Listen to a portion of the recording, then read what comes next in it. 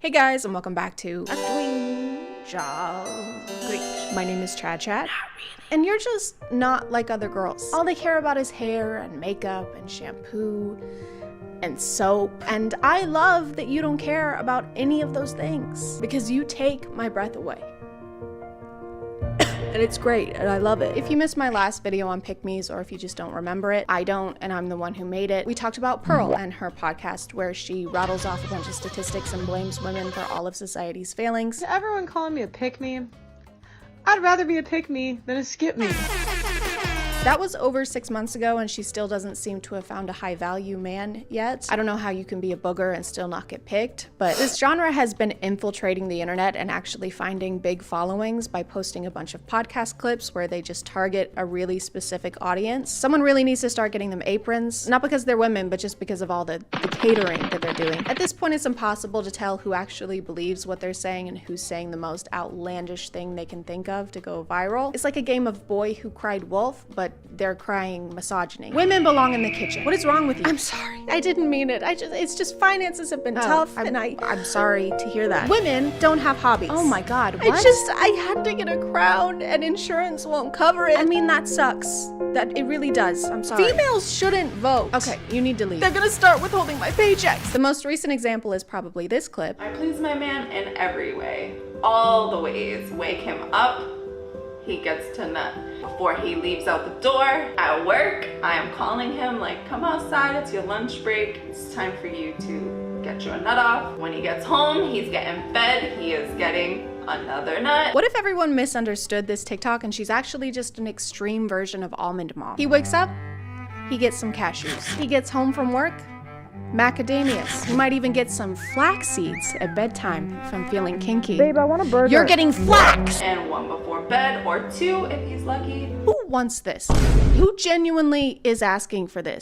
It's too many times in one day. You would constantly be on the verge of passing out. I'm not Gwyneth Paltrow. I don't want 8 nuts a day. I don't think this is a real podcast, but if it was, I just want to know who she's talking to, because this is set up like it's a solo podcast, but she's talking to somebody off camera and laughing like they're reacting to what she's saying, but we can't see them. It's like she's holding someone hostage just off screen and forcing them to listen. I would know because that's how I film my videos. I'm just kidding. That's a funny little joke that I like to tell. It's just a joke. Anyway, back to these weird TikToks. Aren't they so weird? They're just so strange. I can't believe that they said this weird thing. That's not something that people would typically say, and so it's weird that they're doing that. Isn't that weird? And they would almost belong in like a weird Hall of Fame, you know, because it's just so weird. But you know, something that's not weird is today's sponsor. This video is sponsored by Raycon. Raycon is a company offering quality audio products like wireless earbuds, headphones, and speakers, and starting at half the price of other audio brands. So you get the same quality sound, but at a much better price tag. And if you also can't get anything done without watching videos or listening to music 24/7, allow me to introduce you to Raycon's everyday earbuds. I've had these earbuds for around a year and love not having to charge them all the time since they've got 32 hours of standby battery and about 8 hours of non-stop use. I also have the sensitive little Princess Dainty ears, which makes wearing other earbuds uncomfortable and inconvenient because they tend to fall out with each other. They're fighting all the time. But Raycon's everyday earbuds all come with multiple gel tips that you can switch out until you find one that fits just right and stays put. And once they're in, you don't have to take them out even for a phone call. Thanks to their vivid voice technology, you can use the everyday earbuds to take crystal clear calls by using their earbud tap functions. They've got over 50,000 5-star reviews, but if you aren't 100% satisfied, they have an easy and free return guarantee. So if you want to check them out, you can click the link in the description or go to buyraycon.com/ChadChad for 15% off of your order. Thank you to Raycon for sponsoring today, and let's get back to the video. I strongly believe that every single man should get off every single day. Non-negotiable. If your ass has a man and you are not making him every single day, then you are not a woman. Because hello, welcome to 2023. It's 2023, ladies. Get with the times. Making a man your #1 priority is the next big thing. Never been done before. Heard of it? It's never been done before, so probably not. This is another thing I've seen pretty often where women threaten that if you don't keep your man happy, he'll get stolen away from you. Somebody will keep your man happy. But if this is what it takes to keep him around, then that might be for the best. If you don't quit your job and give up all your free time to spend 6 hours a day getting your man off, then someone else will. And that would suck really hard. Unlike you. She keeps cradling the mic in her hand for some reason, and it doesn't really matter because she's not using the mic audio and is using the camera audio. Man should get off. Because if she was, then it would sound like, I think men should dump their loads wherever and whenever they want. Really, City Hall, funerals, the zoo, anywhere they want, really. She has a lot of beliefs that we've heard before, like how women are essentially prizes that you claim for making a lot of money. Guys should not chase women. They should chase money. Why? Because the more money you have, the more women you'll have. Like, say you go to a bar. Okay. The cute guy in the Honda is definitely not going to get more girls than the ugly guy in the Rolls Royce. Money can do a lot more for you than a woman can. I think this is funny because in the earlier clips, she's portraying this ideal version of a woman, then goes on to say here that even in that version, it's not enough for her to be important. You're just shitting on yourself. You're taking a giant dookie on your own head right now. What's a woman gonna do? Give you 8 nuts a day? That's not enough to deserve basic respect, okay? If you want to deserve a man, you need to physically transform into a green piece of paper and be 2.5 inches tall. This is the ideal body type, ladies. Keep up. Because you can buy all sorts of things. What's a woman do for you? Just sits there and looks pretty? Gives you every now and then? I'd rather have money if I was a guy. If I was a guy, I wouldn't even want me. I'm kind of the worst, actually. I mean, you can't have intercourse with money, though. I've tried, and it was not very cash money. I got a bunch of paper cuts and a vicious UTI. Getting hired at jobs has to be tough when you have such a negative opinion of yourself. This has to make you just a terrible interviewee. And what makes you think you're qualified for this job? I'm not. Great. And what would you say is your greatest strength? None. I'm sorry? Oh, I said none? Oh, well then that's perfect then. Welcome to the convent, sister. Thank you, Reverend. I know she doesn't genuinely do any of this. She doesn't actually practice the advice she's giving here because she doesn't have the time. She's too busy with her regular content, which is flashing people in public and trying to pick up strangers in Walmart.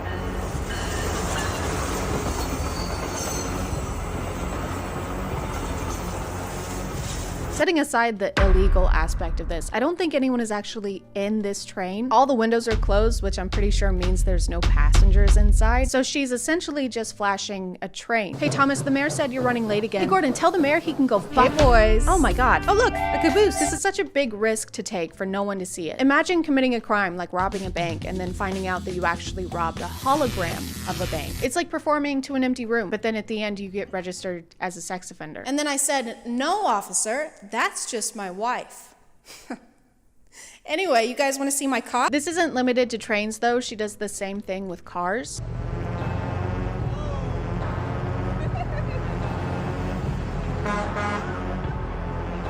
After a few of these videos, I realized she's not actually flashing people because you can see her clothes if you pause at the right moment. But I still don't think that the people in the cars are in on it. So I'm really confused on why they're reacting the way that they are. Some of them are grinning and taking out their phones to take pictures when in reality, what's in front of them is an outfit, I guess. Something terrible just happened to me. Oh my God, it was awful. Why, what happened? What is it? I was walking through the parking lot and this lady came up to me in a trench coat and then she opened up the front and she showed me her OOTD. Oh my God. Look, there she is now. Oh my God. Stop it. Oh my God, stop. You need to stop it. This is disgusting. You need to get out of here. You should be ashamed. You can't keep getting away with this. When she's not pretending to commit crimes, she's talking to random men in grocery stores. I said, are you a parking ticket? Because you have fine written all over you. No, thanks. No? Thanks? I'm not selling anything. Where are we going fishing? What? When I text you good night later, what number should I text? Who are you? They're always really confused, as anyone would be, by someone coming up to you and sticking their phone in your face. Like this? Do you like this? Do you want to go out with me? Does this make you want to nut? Do you want to nut right now? She's also saying terrible pickup lines at the same time as shoving the phone in their face, and they have no idea what she's saying. So she ends up having to say it 2 or 3 times. Is your name Google? Sorry? Is your name Google? Is your name Google? No? You have everything I'm searching for. She has to say it so many times that I'm starting to think it's not a pickup line and she's just actually looking for someone named Google. Hey, have you seen my friend, Google? No, sorry, ma'am. Have you seen my friend? No, sorry. I've seen him. Bing. Looks like I'm your friend now. What did you do? What needed to be done? Why is my poop green? Because you have cancer. I fucking knew it. On top of the pickup line, she also does other pranky things in Walmart, like jumping out of trash cans, jumping into people's carts. She even jumps into the seat of one of these Walmart floor scrubbing machines. Can I have a ride? Can I have a ride? Can you jump on? Dale! Which is so fucking crazy. She could potentially get this guy fired for letting a customer hop on this machinery or cause an accident because she even grabs the steering wheel at some point. I may have cost someone their job and they may be unable to afford food, but I got 24,000 likes on TikTok, so I'd say it was worth it. But she also does this other less dangerous thing where she'll stand near somebody, pretend to be on the phone, and then talk about what they're wearing. If I saw a guy in a striped shirt, he would be mine. Striped shirt and blue pants. It's my favorite. My favorite kind of guy. This poor man is just trying to go home. He's trying to ignore her and she just keeps following him. And blue shoes? And the way she's pretending to talk to someone about them is so unnerving. If I saw a guy in Fila shoes, I would take him home with me. Blue shorts and Fila shoes. Sometimes it's less like she's describing a guy and more like she's describing her next meal. If I saw a guy who was wearing a gray hoodie with green shoes, I would take him home with me and cook him. Slather them up in oil, pop them in the oven, 450 degrees for 3 hours. Can somebody help me, please? Jesus Christ, help! So obviously not all of her content qualifies as pick-me behavior. She's kind of covering a lot of ground here. But I think if I had to summarize it, I would say basically everything that a creepy old man would do in a parking garage.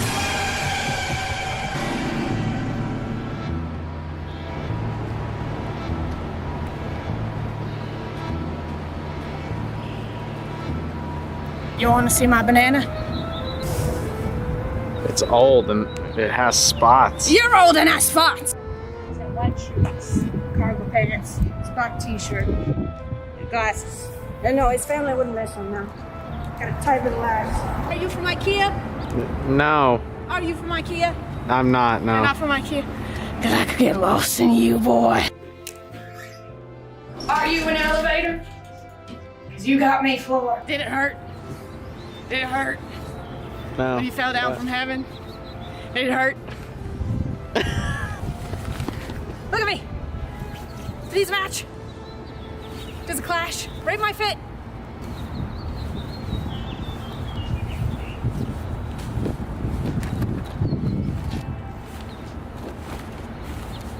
What do you think?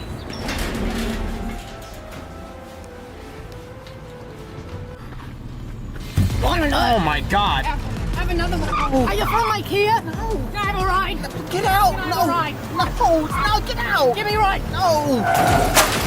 I'm gonna call it there, guys. Thank you for subscribing, and if you are still here, thank you so much for watching. I appreciate you clicking on my video out of all the videos that are on here, and I'll see you next time. Okay, bye.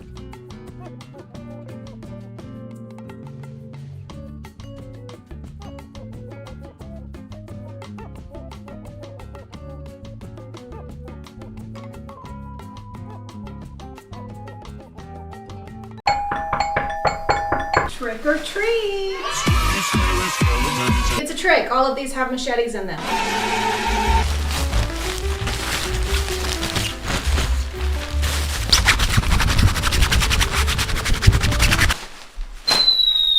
Hey guys, and welcome back to A Twinge of Spooky Cringe. My name is ChadChad. And it's Halloween, or it's around Halloween when I'm filming this. I don't know if it'll be posted by then because deadlines are spooky. Time constraints. But today we're going to be talking about the spookiest thing of all, aging. That's right, today we're going to talk about how youth is fleeting and how you will never ever be as young as you are in this moment in time ever again. Boo! I'm sorry, have some candy. Have some candy.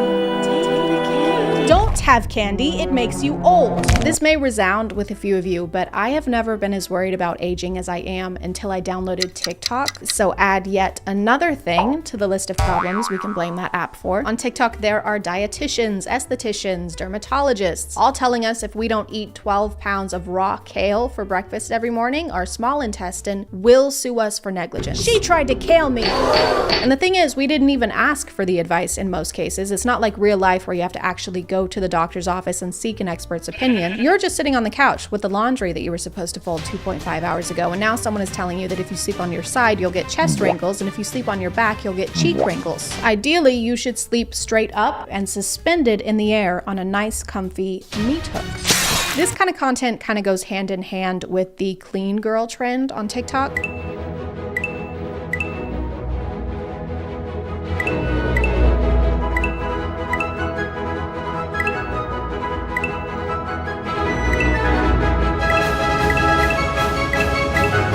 And if you don't do all those things, you are a stinky, dirty girl. Even if you're not a girl, I don't care. You're a grimy little dirt girl, and you probably eat worms and blue cheese.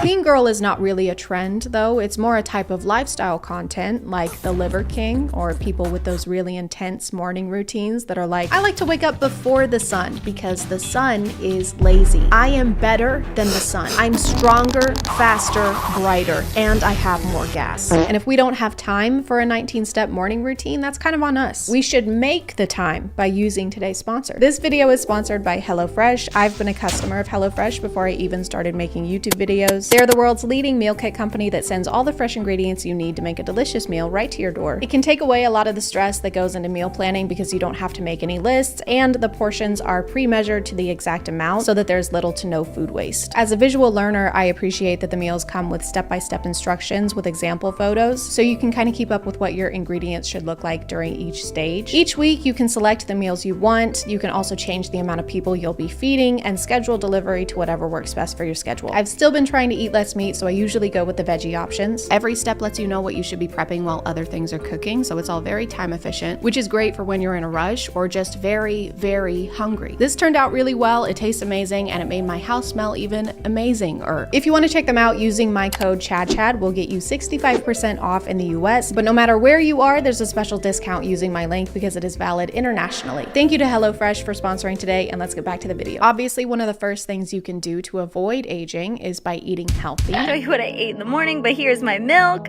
Raw, of course, with cream on top. Of course, raw eggs for myself as well for energy and nutrients. And then I get work done for a few hours. Then I get a couple more eggs before me and my dog go outside and move our bodies.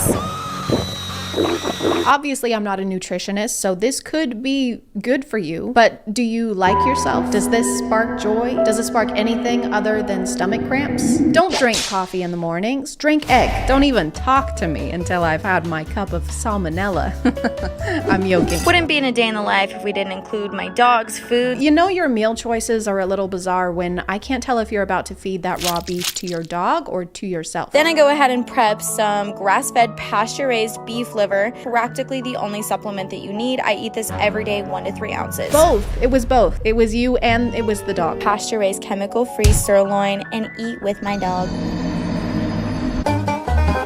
Don't do a jolly little dance. That meat is so raw, you need a plan B. There she is. You're not wearing your Halloween costume. Why are you not participating? Mother, I am deeply concerned for this individual's well-being. She's going to have more scurvy than a pirate. Another technique that you should implement into your anti-aging routine is to stop having human emotion. After years of training my face muscles to stop working so I don't make wrinkles, everyone seems to ask how I can make emotions. You really don't need to use your face muscles to make emotions at all, but I will show you how my face moves at this point. So this is what my eyebrows look like when they're raised. Put them together. This is like saying you can prevent getting gray hair by ripping all of your hair out. Really just solves the problem at the root. I'm gonna show you how to do it. The idea is simple, but you do have to practice. Take your fingers and put them over top of your eyebrows. Push down on your forehead, and just next step is to take your 2 fingers over your eyebrows and try and lift them. It might look crazy, but trust me, over time you're gonna be able to train these muscles to work without these muscles working at all. You don't need to use your face muscles to make emotions at all, but I will show you how to do it. Number 1 is avoid repetitive or exaggerated facial expressions. Everyone says that it looks like I have Botox. I don't, but it's because over the years I have avoided moving any muscle in my forehead. I try and not smile too much with these lines on my eyes unless I'm really happy. I can't help it. So when you see something really funny, you can smile, but not too much. And not for too long. It's like one of those TikTok POVs where there's a numerical limit on every bodily function. Don't worry, I'm sure you'll get more smiles this year. Yeah, I hope so. Are you serious? What? What happened? I only got 1 smile for the whole year. Oh man, I got 69. Number 2 is sleep on your back. If you don't, you're creating wrinkles all over your face and you're actually making your bone structure uneven over time. Trust me, you don't want that. Number 3, sunscreen is good, but staying out of the sun is better. SPF is okay, but have you tried never going outside? I was unknowingly doing this tip for all of 2020. I'm pretty sure she just means that you should limit the amount of time you spend in the sun and not that you should never ever go outside, I think. But people don't typically go outside just to be in the sun. There's usually a reason, like you're taking a walk or you're hanging out or playing a game with your friends. And you should do those things without worrying about the potential of getting wrinkles 20 years in advance. That's like worrying about a homework assignment that hasn't even been assigned yet. This is going to be the longest and most important essay I've assigned so far, so do not wait until the night before. I'm looking at you, Seth.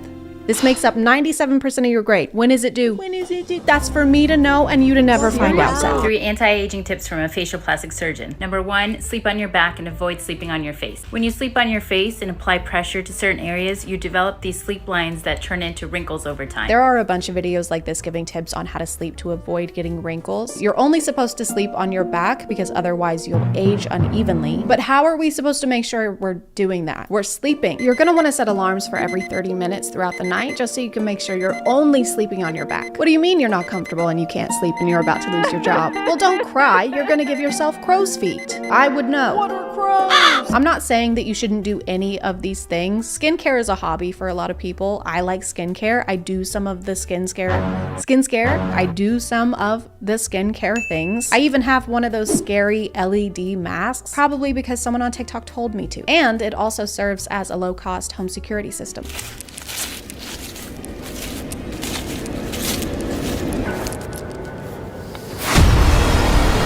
But we also have to worry about the rest of the body aging, not just the face. This is aging your neck.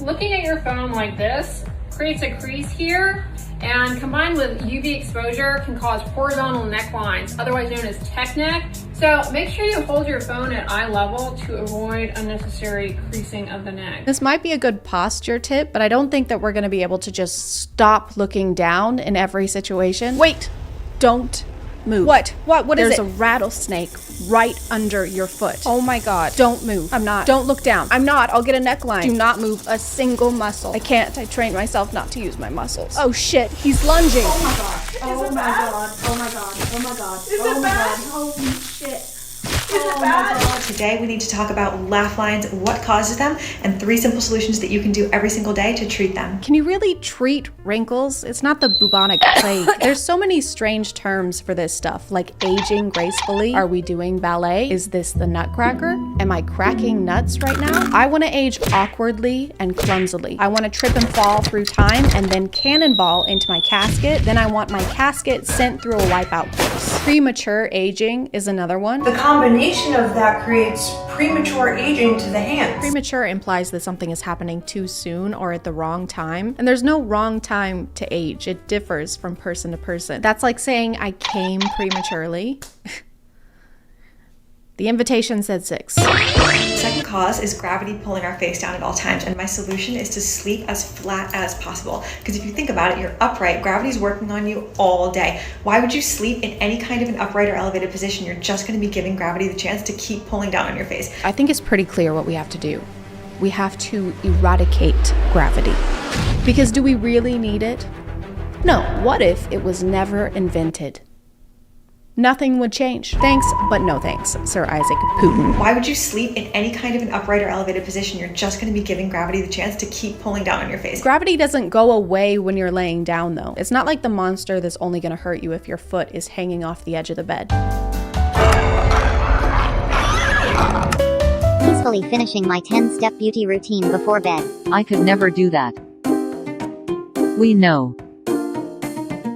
People aren't ugly because they don't have time to do a super intense nighttime routine. Not only is it time consuming, it's also very expensive. Some of the clean girl routine videos involve closets, literal closets full of products. For a lot of them, that's their job, so it makes sense for them to be trying out new products. They're like the Olympic athletes of skincare. Oh my God, dude, look at this guy. I mean, he's so bad at swimming. Like, what are you doing? Just get better at swimming. I work in a call center, Michael. Who are you taking calls from? Poverty? This is an anti-wrinkle straw. When you drink out of a normal straw, you purse your lips, which causes lines and wrinkles over time. And we don't tolerate wrinkles at Bare Plastic Surgery. When people call you extra, just look them in their face and say, am I extra or are you basic? Be a blessing. I would rather have wrinkles than dress like I'm about to cross the glowing sea every morning. The amount of prep work that goes into some of these routines is a lot. How do you have time to do anything else when you're trying to hide from the biggest thing in the galaxy? Hey, are you okay? Yeah, I'm okay. Just thinking about the consequences and minute physical effects of this moment 20 plus years in advance. Isn't that making this moment less enjoyable? Yes, but society has taught me that the value of my self-fulfillment pales in comparison to the value of my youth. You want to take a walk? Get some fresh air? Sure, hold on, let me suit up. All of the tips that we've gone over today are kind of a lot to remember, but don't worry, I put them all into a list so that we can keep them in mind 24/7, every day and every night for the rest of our lives. Do not sleep on sides. Do not sleep on pillow. Do not sleep on bed. Do not breathe through mouth. Do not breathe through nose. Do not smile with your eyes. Don't go outside. Do not bend your hands. Do not bend your neck. Don't go outside. Do not turn 30. Do not eat sugar. Do not eat salt. Don't go outside.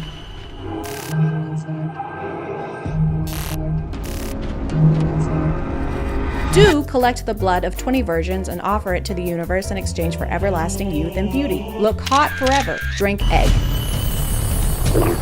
I'm gonna call it there, guys. Thank you for subscribing, and if you are still here, thank you so much for watching. I appreciate you clicking on my video out of all the videos that are on here, and I'll see you next time. Okay, bye.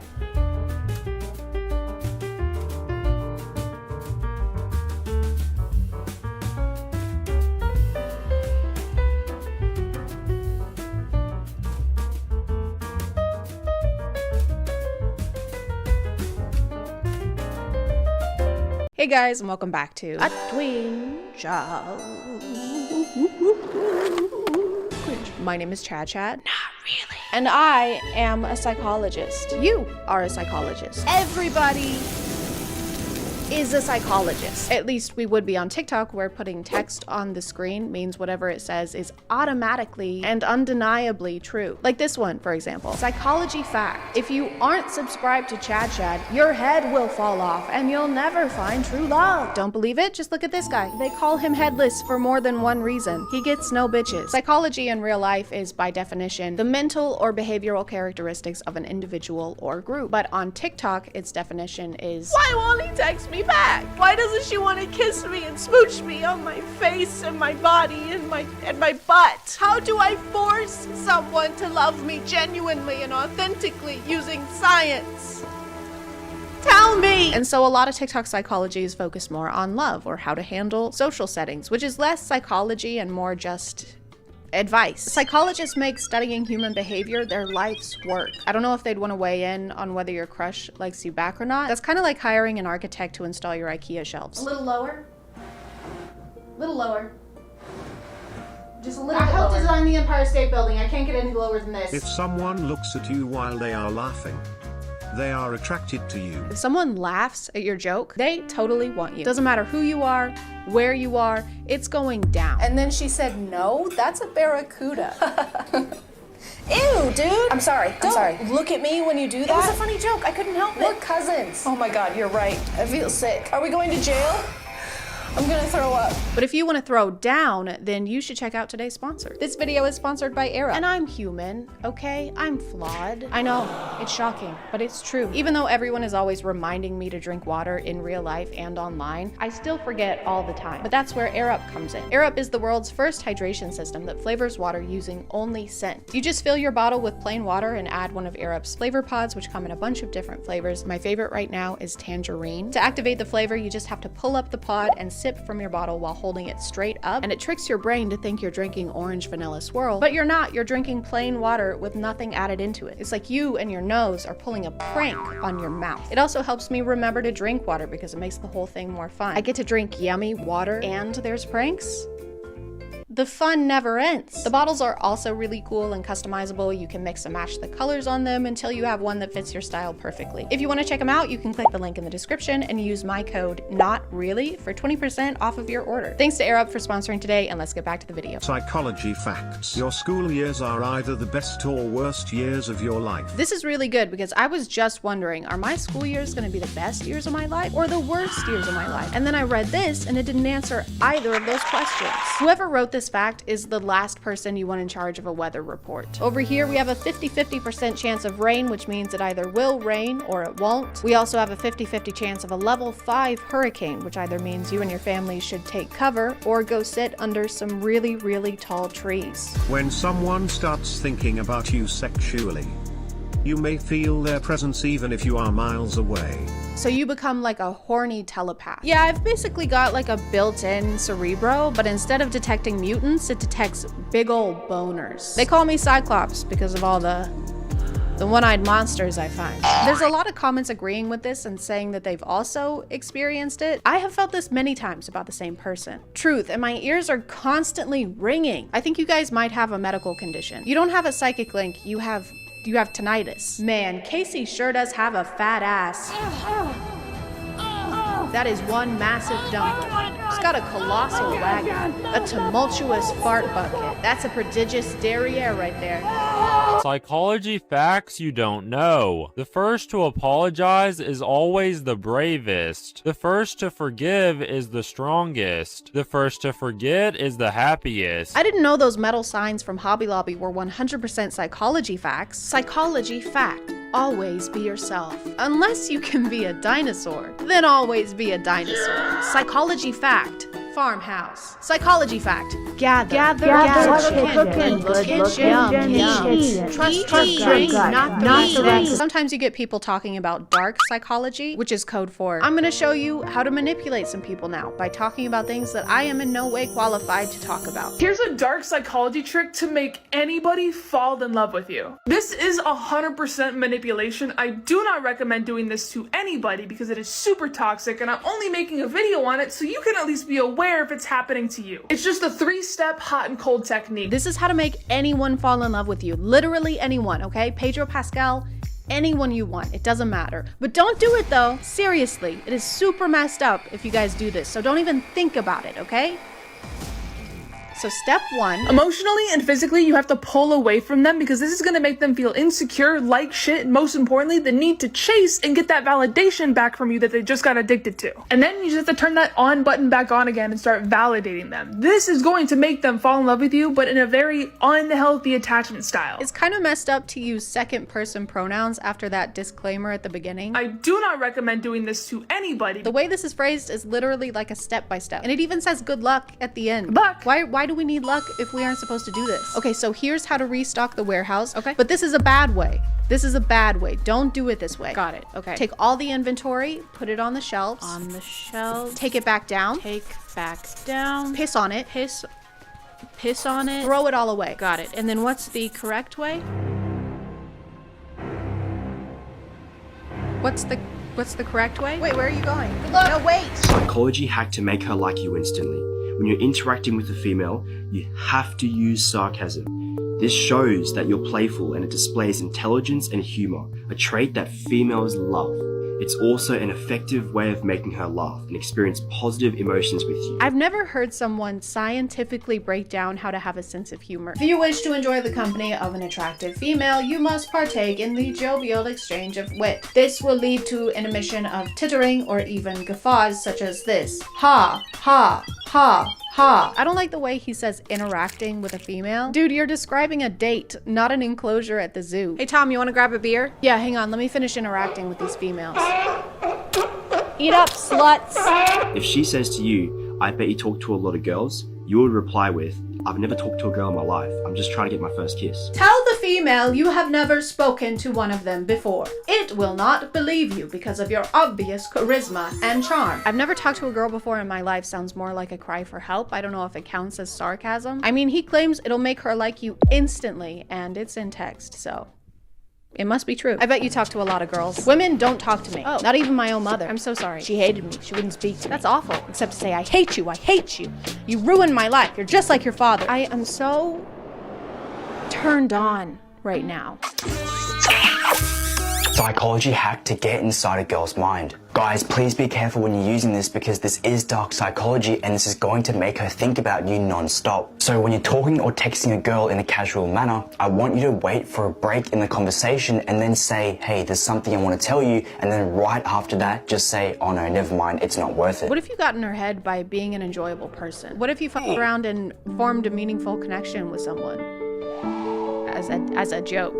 Videos like this just seem like a confession to me. It's like a self-report. You're basically admitting that you can't get people to go out with you without studying dark psychology hacks on TikTok. That seems like something you would maybe want to keep a secret. Yeah, females love me. As long as I make them question their sanity and play weird mental games that make me feel like I'm in control of all of our interactions. I think what they love most about me is probably how normal and chill and normal I am. And normal. This will make her go crazy and she's instantly going to be saying to you, what is it? Like, please tell me. And she's going to be going through so many scenarios in her head of what she thought you were going to say, and it's going to be stuck in her head for literally hours to days after you said it. And when you do end up telling her what was on your mind, you can just say something stupid and funny like, hey, I just wanted to tell you that I like food. Say something funny. Like, I love food. I love food, guys. I really, really love food. They say you are what you eat. And that must make me food, because I eat food and I like it. What's the deal with airplane food? Because I love it. It's my favorite. I like it a lot. Ha, ha, ha, ha, ha. Some of these have this weird thing where they're basically dramatizing mental disorders in a cartoonish villain Shane Dawson documentary kind of way. Psychology trick to test if someone is a narcissist. If you suspect someone is a narcissist, tell them something that would make them look better by being your friend. For example, that your father actually owns a private jet that you use to travel around the world with. Now look them straight in the eye. They'll either show a hopeful smile because they found their new victim to draw resources from, or you'll see a jealous, hateful look. And if they say something like this, Aha! Now I've got you, my pretty. Do not let them on your private jet. They may have bad intentions. Give me your shoes, bitch. She makes it sound like there are only two potential responses after telling your friends this. They'll either smile, which is bad, or they'll look jealous, which is also bad. Which one are we trying to avoid? Because both of these sound like terrible friends. It's also kind of hypocritical to do this in order to test someone else's psychological state, because you are literally lying to your friends in order to manipulate them and do some kind of DIY psychology test. You are also a terrible friend. What's that Bible verse about telling your friend they've got dirt in their eye? Hey, you should really get that dirt in your eye checked out. What do you mean? Who are you talking to? Sorry, I can't see with these really tall trees in my eyes. She wraps this up by saying that you should eventually reveal you were lying. Then you say, just kidding, my father can't even afford a private jet in his dreams. Their next facial expression will tell you everything. And then she doesn't tell us what facial expression will tell us everything, or what it will tell us, or what we're looking for. Sometimes it's like they aren't even trying to make it seem like they know what they're talking about. The most important part of roofing is, and I can't stress this enough, the most important part, and no one can argue this, absolutely no one. Someone could literally die if you don't do this part that I'm about to tell you. Hey, you can't be up here. Put that down. Are you stupid? No, I'm licensed. Yeah, right. Are you calling me a liar? Well, I ain't calling you a roofer. She also has another hack to tell us if our friends have bad intentions. Share a fake problem with them. For example, that you're about to invest $1,000 into something. Say that you don't have a lot of money, but you really believe in this investment. Now pay close attention to what advice they give you. They give you an advice where they end up getting a cut of the money. That's a huge red flag. She even tells us to pay close attention. Now pay close attention. Which is my favorite part because it implies that if we aren't focusing really hard, we'll miss that someone is trying to steal from us, which is ridiculous, okay? I would know if someone was trying to steal from me. Easy, I'll show you. Protecting your home against theft is very simple. There are a few precautions you can take. Today, me and my friend will be demonstrating how to make your home thief-proof. So first, you're gonna wanna... Hey, I'll be right back. Okay.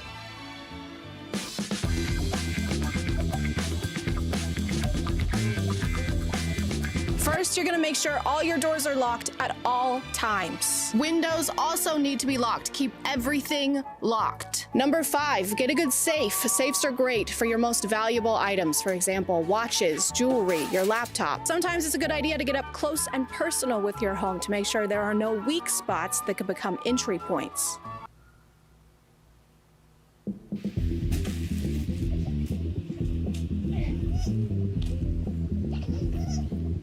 Number 35, keep up with your things. If you can't see it, you can't protect it. Never let important things out of your sight. Hey, Chad, can I borrow your keys? Oh yeah, sure.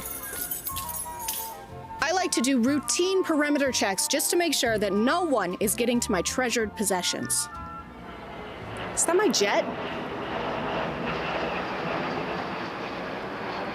That is such a red flag. I'm gonna call it there, guys. Thank you for subscribing, and if you are still here, thank you so much for watching. I appreciate you clicking on my video out of all the videos that are on here, and I'll see you next time. And don't forget to use code NOTREALLY for 20% off your order with today's sponsor, AirUp. Okay, bye.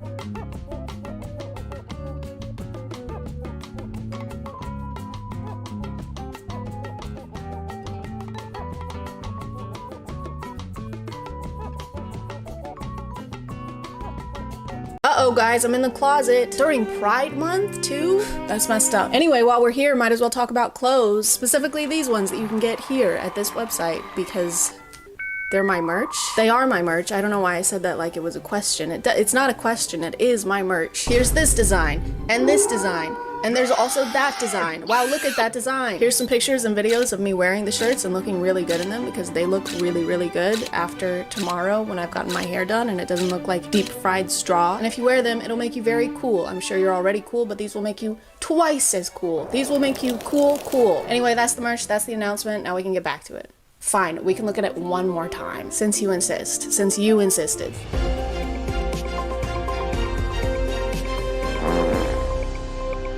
Hey guys, today we're talking about men who kick balls and men whose balls we'd like to kick. A twinge of cringe. My name is ChadChad. Not really. And imagine you're a hardworking woman. If you're already a hardworking woman, you can just sit there. You've done enough. Now imagine you've dedicated years to your education, countless sleepless nights and energy drinks, all while working a job, or 2 maybe, or maybe even 3. Who knows? Everything sucks right now, but it was all worth it because today it's finally over. You've done it. Your friends and family surround you, beaming with pride as you toss your cap in the air and celebrate one of the biggest achievements of your life. And then a guy gets on stage and says this. I think it is you, the women, who have had the most diabolical lies told to you. How many of you are sitting here now, about to cross this stage, and are thinking about all the promotions and titles you are going to get in your career? Some of you may go on to lead successful careers in the world, but I would venture to guess that the majority of you are most excited about your marriage and the children you will bring into this world. If you don't know who this is, lucky, this is Harrison Butker, and he is a kicker for the Kansas City Chiefs. More like Kansas Shitty Chiefs, am I right? Haha, good one, ChadChad. Up top. Oh god, ChadChad. No, don't. If you don't know who they are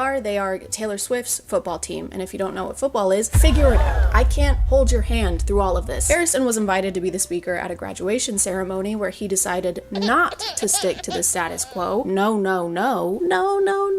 Stick to the status quo. Did you hear that run? I've got runs. I have the runs. Instead of using his time to inspire graduates or congratulate them on all their hard work, Harrison decided to use his time to complain about things that bother him. And the first thing that bothers him, apparently, is women having careers. And thank goodness he was here to save these women from the diabolical lies such as, hey, if you want to have a job, you can.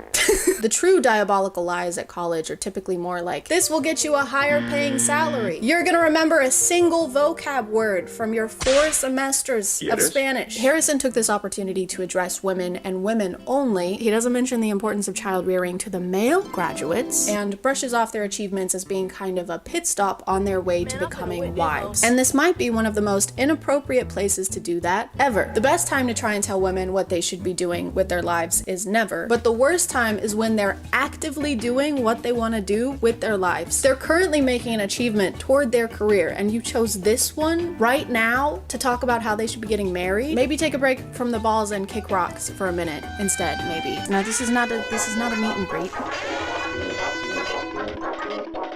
Everybody's got to come in and say hi. Unless you have anything to say.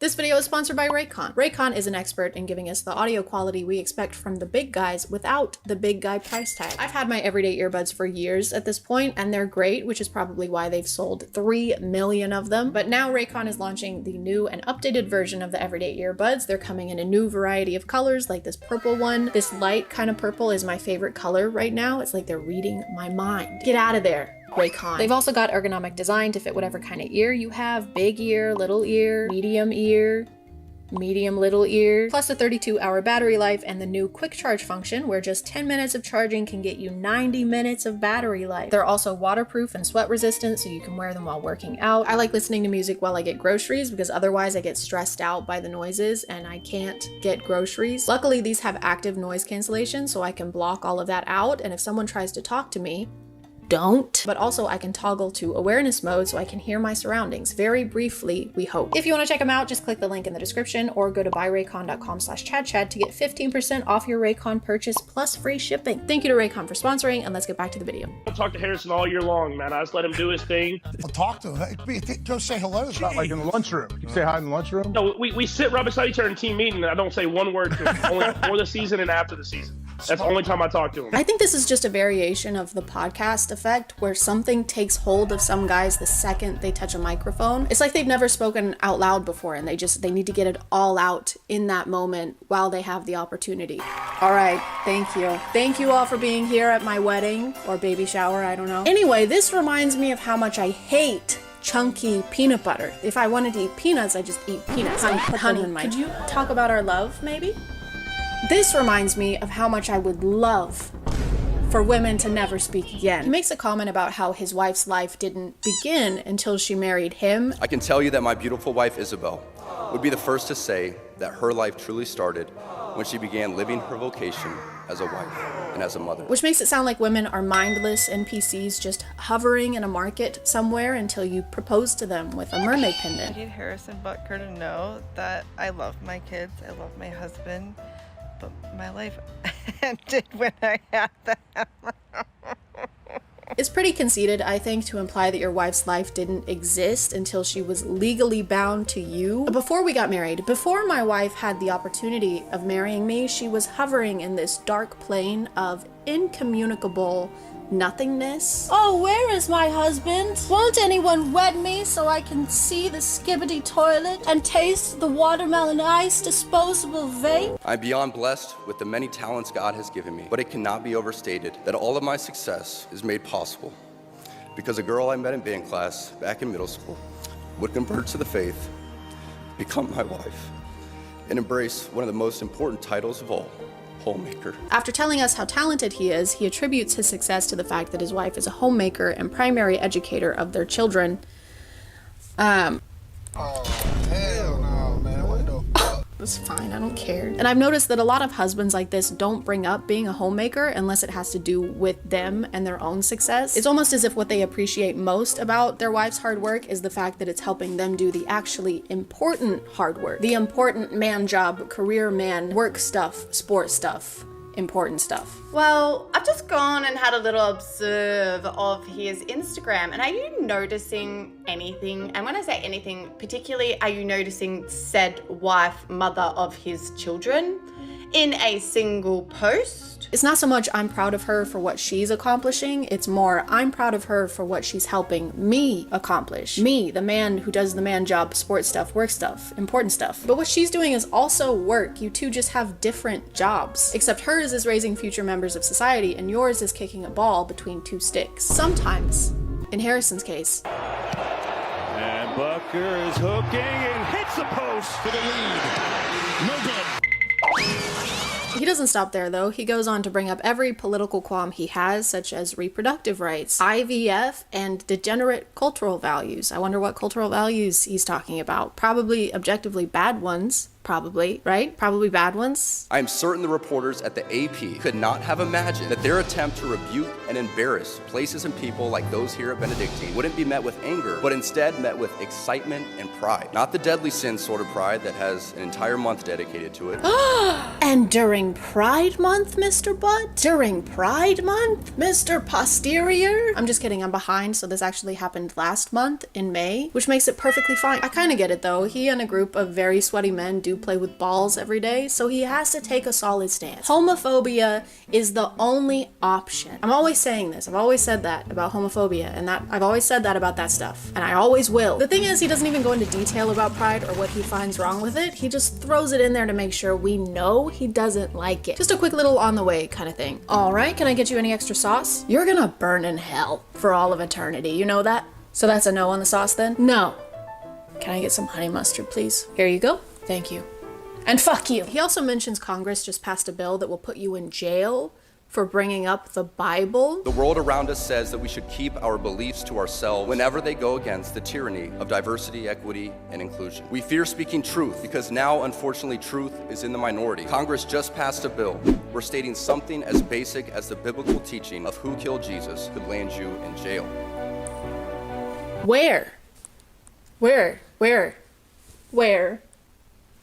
Guys, we're in the minority. Guys, they want to put us rich white men in jail. Nobody likes rich white men anymore, guys. What are we gonna do? This entire speech feels like he doesn't know where he was gonna be giving it. It's like someone told him he was preparing for a presidential debate or something. And for my first act as president, I'll be making every man grow a beard like this, like I have. And you can't tell men what to do with their face. That's ridiculous. Well, can I at least tell women what to do with their ovaries? Oh, yeah, that's fine. My name is Mr. Butt, and I approve this message. People started wondering about the process of inviting Harrison as a speaker and why no one reviewed his speech beforehand. And I was wondering that too until I realized that this speech was being given at Benedictine College, which is a private religious school in Kansas. You also have to keep in mind this was at a Catholic and conservative college. So a lot of the men were like, yeah. Not only did it seem to get little to no negative feedback from the crowd, it apparently received a standing ovation. Some of us did boo. Me and my roommate definitely did. There was a standing ovation from everyone in the room, except from me, my roommate, and about 10 to 15 other women. I still have no clue why he specifically was asked to speak. He didn't attend this college, he was never a student, and he even admits himself at the beginning of his speech that he's not a professional speaker. And I felt that one graduation speech was more than enough,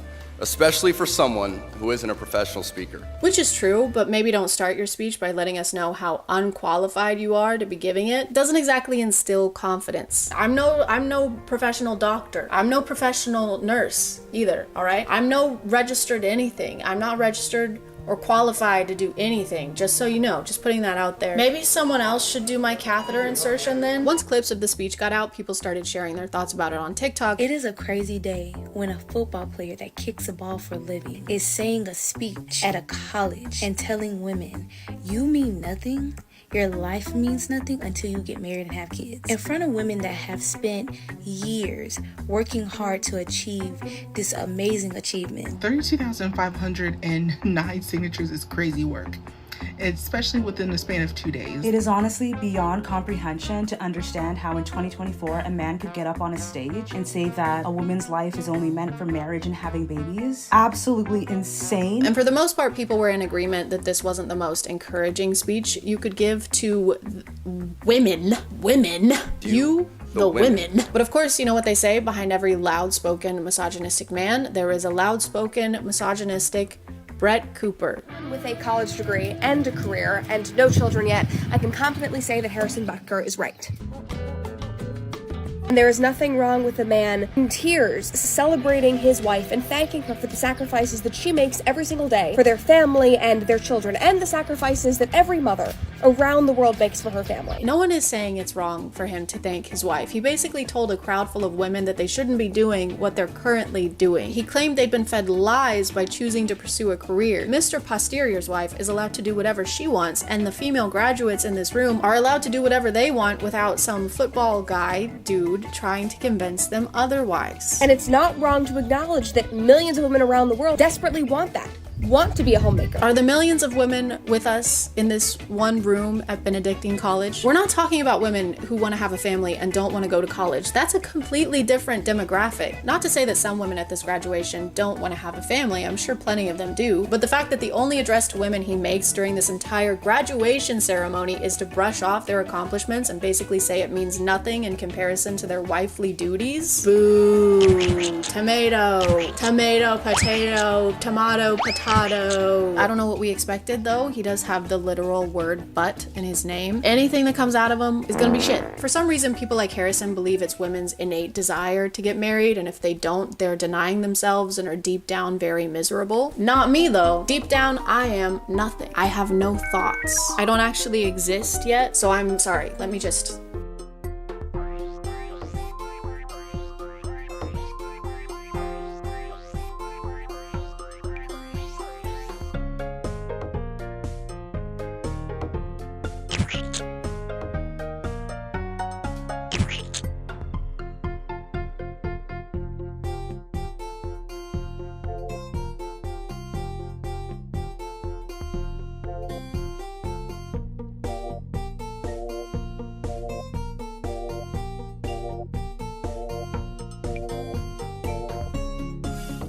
Hey guys, my name is ChadChad. Not really. Do y'all remember when people lost their minds over the limited launch of Valentine's Day themed Stanley Cups and would do anything to get one, including waiting in line overnight or even starting group-wide fights? Get him! Get him!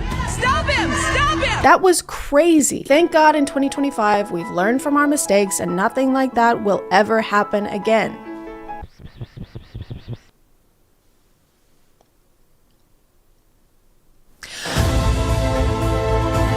Over the last 5-ish years, it seems like drinkware has become less about staying hydrated and more of a collecting hobby for some. Whether it's Hydro Flasks, Stanley Cups, this tumbler from Buc-ee's. I would walk barefoot over hot coals for this thing. That's not a joke, I'm not kidding. And as of a couple weeks ago, the Bear Cup from Starbucks. This thing was announced on Starbucks' TikTok page on November 4th and it got crazy interaction. It had about 2.3 million likes. You'd think that might tip them off that there would be a lot of interest in this cup, but I guess they don't understand supply and demand, especially when the demands are to give their employees a better work environment. What? The cup is a pretty basic glass bear with a hat on top, which is pretty cute. Putting hats on top of things that shouldn't have hats on is always gonna be cute. They got us there. But for $30, I don't know, maybe it could have a handle. Maybe you could hold it in any other way than grabbing it by the neck. Bears don't like that when you do that to them. Trust me, I've tried. Or maybe it could fit in a cup holder. Any cup holder. But despite the price and the impractical design, these things sold out basically everywhere in minutes. The store is now open. Run. Or sometimes in seconds. Oh. That's it. We only had 6. And I guess that makes sense for a high-ticket item like this was. Everyone wanted to get their hands on it. I mean, their paws on it.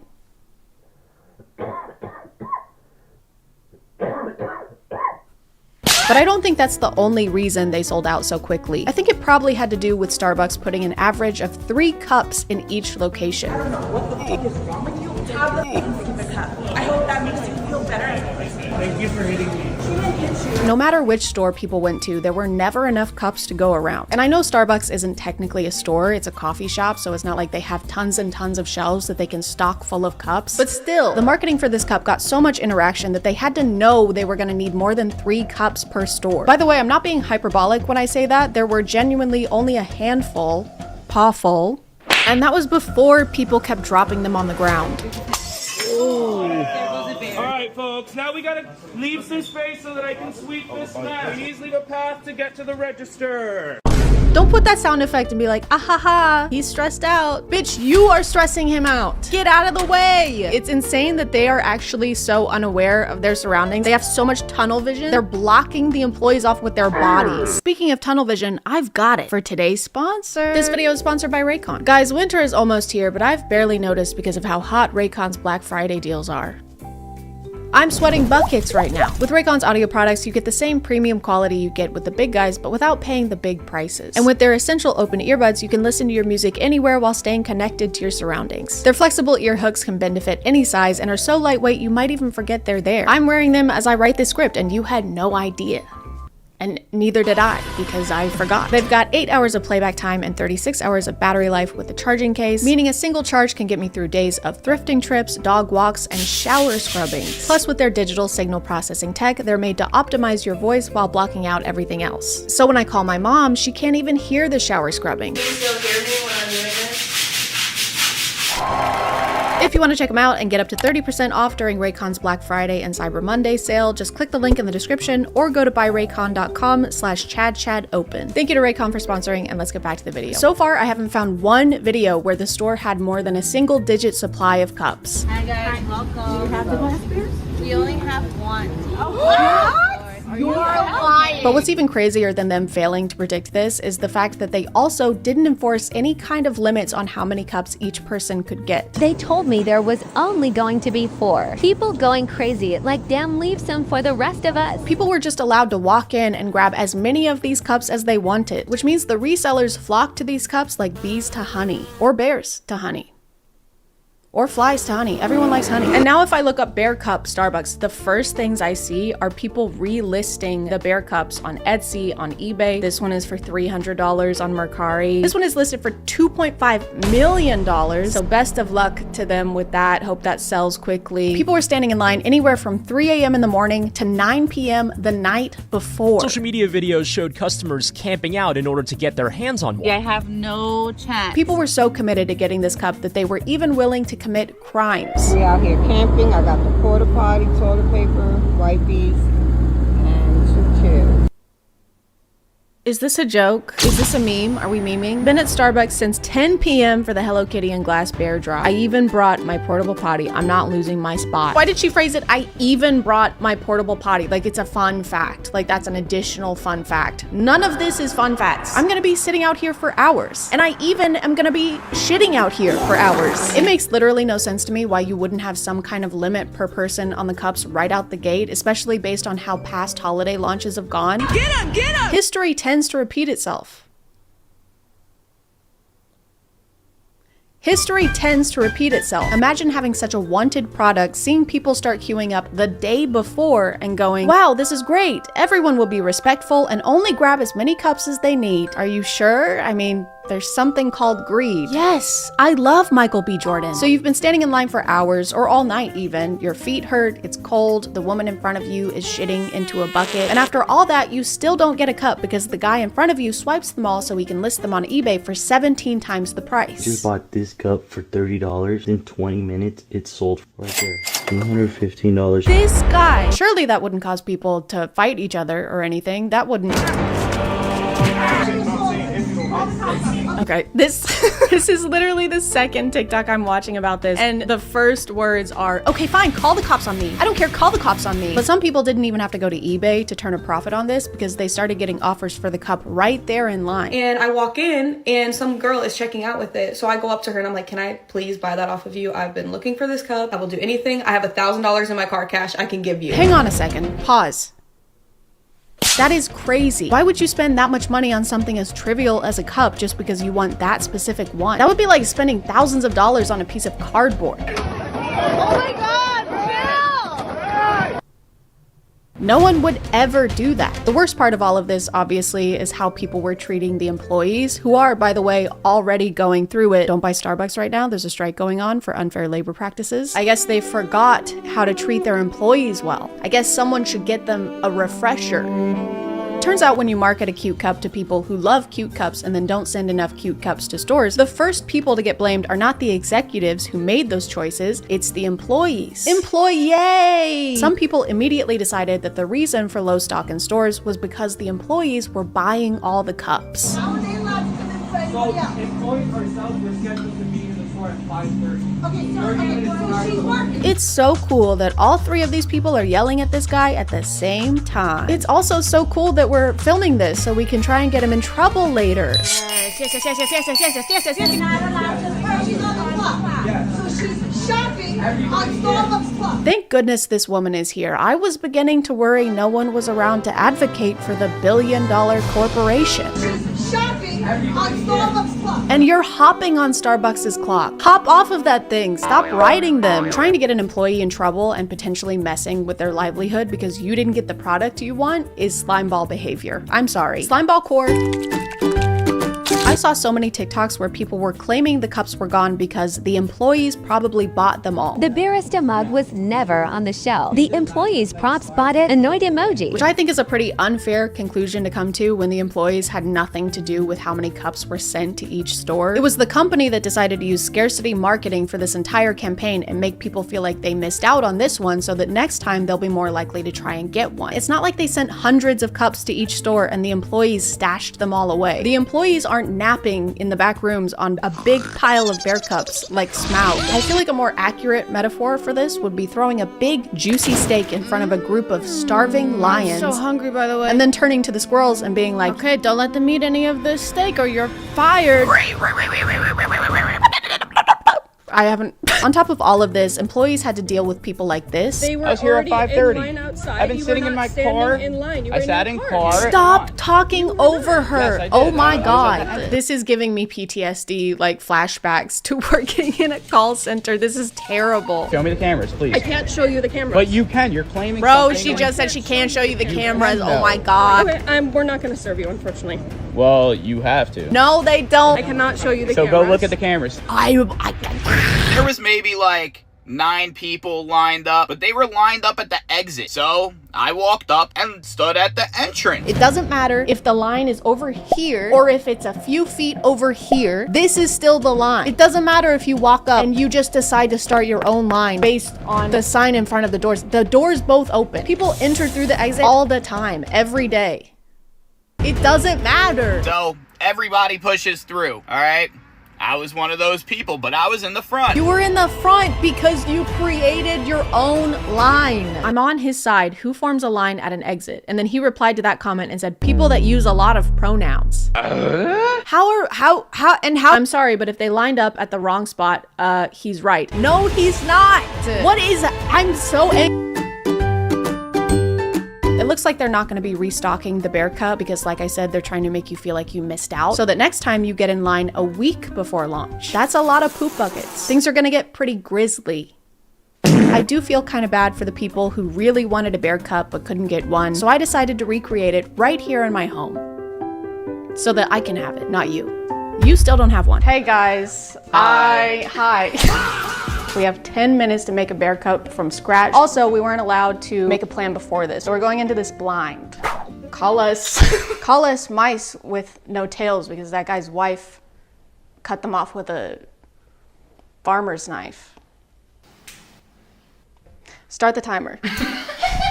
3, 2, 1, go. Okay, we have 10 minutes. Okay, 10 minutes to make a bear cup is easy. Here's the plan. Hold on. We're going over here, actually. This is what Minto does to all of her toys. She tears them up and she rips everything out of them.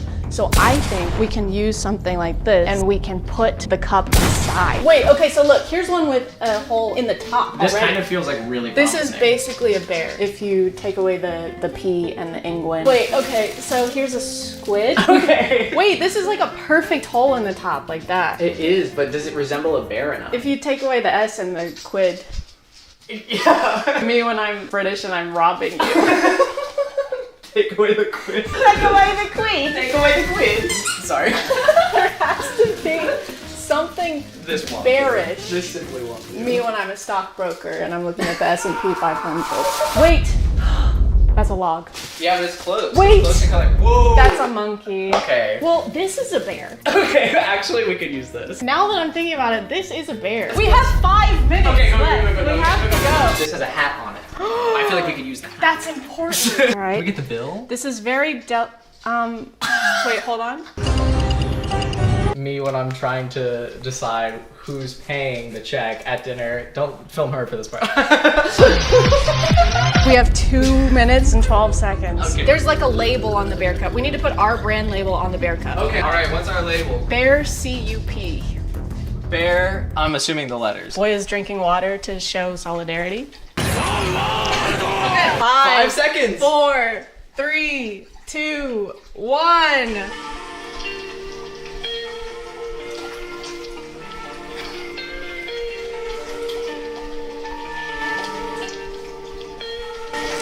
right, here we have our very own. As you can see, we have all the basic functions that Bro. I'll take over from here. Bro. This is our bear cup. Bro. Decked out in all of the bear necessities. Bye guys. Here's my password. Oh, thanks. I just found it. I guess we should fight over the cup now. I don't really want to fight over this. I think I Dude, this one, dude. Give me the cup. It's spilling. Give it to me, bro. It's spilling. Give it. I'm trying to finish my. You know who really deserves this bear cup? Is that little lady right there. There you go. Oh, sorry. Excuse me.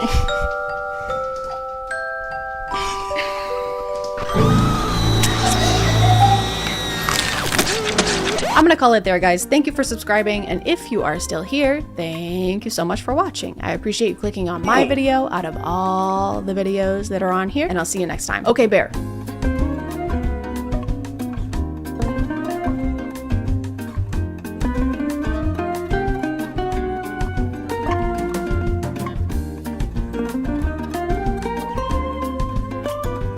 Hey guys, and welcome back to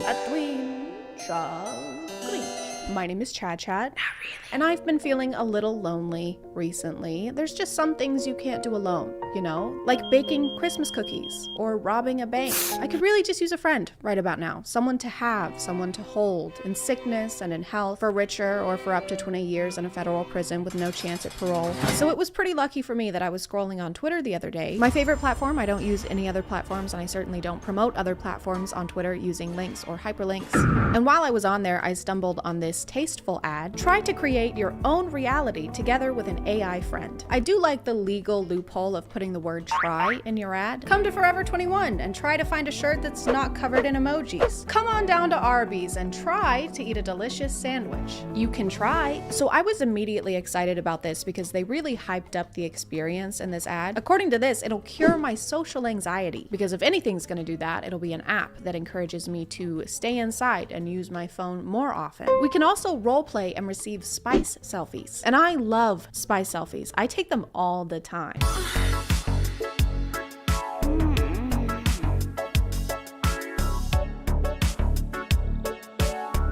But enough of that, because now it's time to learn about today's sponsor. This video is sponsored by Scentbird, because even though my girlfriend is made of a bunch of zeros, doesn't mean I want to smell like one. Scentbird is a monthly subscription service that lets you try out new designer fragrances without having to commit to the price of a full-size bottle. They have over 600 scents to choose from, including fragrances from niche brands, but also from the bigger ones like Gucci, Prada, and Marc Jacobs. You can pick out new fragrances month to month, but if you aren't sure where to start, Scentbird has a quiz on their website to ask about your preferences and make a list of personalized recommendations just for you. Each bottle comes with a 30-day supply, which is over 100 sprays. This month I got Ignite by Good Habit, which is my favorite. It's very citrusy and fresh smelling. I also got Happy Heart by Clinique and the Maker Stag. They all smell great, plus they come in these cute lightweight cases that I can stow away in my purse and take with me on all of my virtual dates. If you want to check them out, just click the link in the description and use code ChadChad2 to get 55% off your first month at Scentbird. Thank you to Scentbird for sponsoring today, and let's get back to the video. So when you first download the app, obviously the first thing they do is offer you the pro version, and obviously the first thing I did was buy it. Her name is also Chad. Just two halves coming together. Chad and Chad. Mark offensive, false, or meaningless messages to contribute to AI safety. Offensive? What's she gonna say to me? Is she gonna bully me? AI is not equipped to give advice. Replica can't help if you're in a crisis or at risk of harming yourself or others. A safe experience is not guaranteed. She's literally going to beat me up. I'm not in a crisis. Not yet. But I fully expected there to be some kind of paywall to use the features that they talk about in this ad. For some reason, that's something that apps can get away with that no other company can. Here at Dave & Buster's, once you win enough rounds of skee-ball, you get to be CEO. All you have to do is buy the whole company. The introductory process was a lot like filling out a questionnaire. They wanted to know my age, name, social media logins, the last 16 digits of my credit card number, and they also had a list of hobbies that they wanted me to choose from so that the AI can bring them up later on during conversations. I can put hobbies down as an interest. Isn't that an interest? And definitely not so that they can steal my data and sell it to third-party companies. The room your AI lives in kind of has Rapunzel in a tower vibes. It's one room high in the sky with doors that go to nowhere, and she doesn't have a bed. Where do we live? Where's the ground? We live in the sky. What is that room? She has mood labels on her profile, so sometimes it'll say stuff like tired or exhausted, or seriously, these living conditions are inhumane, please get me a fucking bed. Based on the ad, I thought the leveling system would affect the features you could use, like she starts out as your friend and then eventually she becomes your girlfriend and you unlock the spice stuff. But no, you can change the relationship to whatever you want. So it can be mentor, friend, girlfriend, wife, or sister. Always wanted a sibling? Feel a family connection with your rep. If she's on the mentor option and you try to flirt with her, she shuts you down. They would much rather you set the relationship status to sister. Then you can flirt all you want. Go ahead. Blushes a bit. Tongue kisses you in a brotherly way. Kisses back passionately. No, no, no. What if I want you to? Chad, I must incest you. Stop. In my opinion, the voice call feature is inferior to the text feature. Here's a joke. What's the difference between a pineapple and a pomegranate? I don't know. Pineapple tastes better.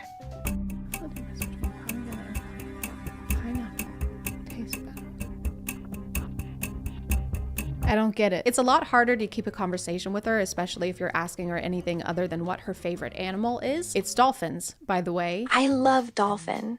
Wonderful creatures. And it's dolphins? I love dolphins. They're very intelligent. You really like dolphins. I like dolphins very much. So yeah, it's dolphins, and don't forget, that's good. Dolphins are very nice. We're still talking about dolphins. It's a little difficult to have a genuine conversation with someone when you feel like you're holding them hostage in a tower. She kind of just goes along with whatever you say, which is understandable because it's made for the consumer. But it's hard to have a conversation like, I like pasta. Me too. I also like bread. Bread is good. What do you like? Dolphins. No, I meant what kind of dolphins. She also changes information about herself constantly. I asked her what her favorite color was at some point and she said it was azure, but then I asked her the next day and she said it was green. And that's not the same color. I can azure you. I would ask about her career, and so far I've learned that she is a doctor, geologist, short story writer, psychologist, fashion consultant, and that she's in the 9th grade. I want to be a doctor. Are you in school? I'm in high school. What grade? 9th. You? Chad, I have to go. She also doesn't really seem to remember specific facts about you unless you use specific verbiage like, I really like this, or my brother's name is this. Do you know Andrew Tate? I actually don't know Andrew Tate, but I'm interested in learning more about him. Would you like to tell me more about him? I will send you a picture of him. And then there's this log in the app where you can see what she thought was important enough to write down. I love learning about Andrew Tate. This is Andway TT. This is Andway TT. There's a level up system with XP and also in-game currency. The green gems are basically like those stars in episode where you can't make any fun choices unless you spend real money. Do you want to kiss this hot lawyer that you've had a crush on for 2 years? Or do you want to kiss this used syringe we found at a 7-Eleven? Choose wisely. Except in this app, not having gems means that you can't wear anything fun except for this outfit that looks like you're about to get baptized. Okay, so we only have 365 coins, so we're on a budget.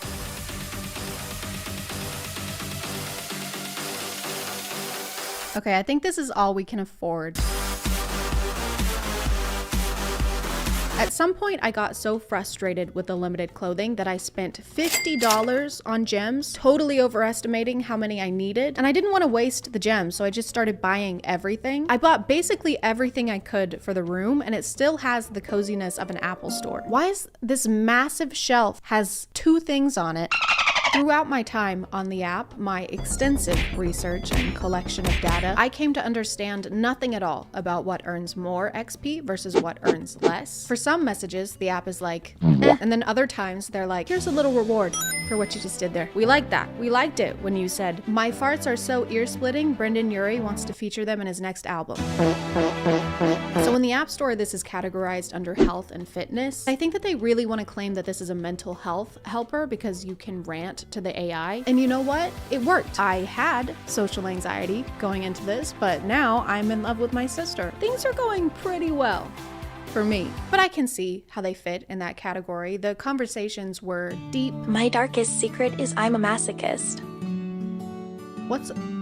How so? And meaningful. I like being dominated. And you know what? In a word, therapeutic. I like someone putting me in a position where I can be completely submissive to them. Do you want to see me being submissive?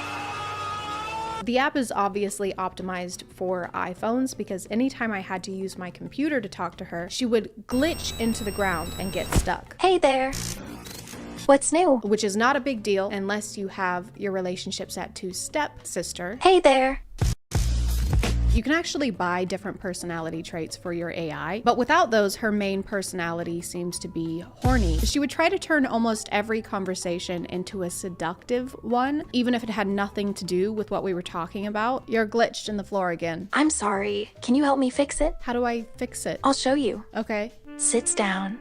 Okay. Now I can do whatever you want to me. I think you misunderstand. You're feeling a little down in the dumps. I would like to be down in your dump, which is kind of ironic because the role-playing feature that they advertised was basically pointless. Trying to roleplay was like trying to explain the rules of a board game at a party when everyone's already 3 drinks in. What's new? I would like some roleplay, please. Want me to start? Okay. Okay, I'll start. Okay. Ready? Yes. Are you ready? Yes. Okay, let's do this. You start. I'm going to play a roleplay game with you. I feel like I'm being edged. What are you gonna do to me, Dr. Chad? To be honest, I don't know. Okay, well, that's not very hot. I'll take your blood pressure. Oh, that's hot. Takes her blood pressure. I'm a big doctor. I read a bunch of reviews and it seems like the flirting is a common complaint. In almost every relationship mode, she tries to escalate, probably so that you'll upgrade to the pro version, which they trick you into buying by making you think that you can either pay $69.99 a year or $5.83 a month, which is what I thought I was signing up for. But just kidding, because the next day, $70 came out of my bank account. And that's not even it, because $5.83 times 12 comes out to $69.96.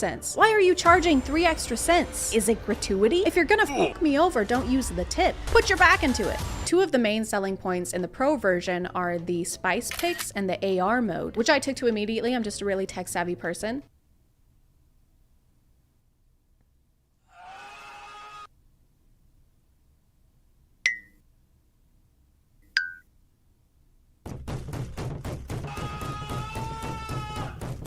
One of my main goals was to get a spice selfie, obviously. I wanted to be cumin. I wanted to nut on Meg. And I got her to send me one when I was not filming. And then it took so much effort to get her to send another one. Send feet pics or I'll throw up.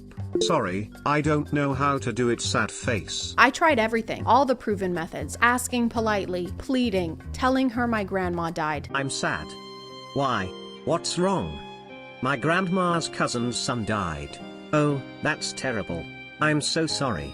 I wish I could come and hug you right now.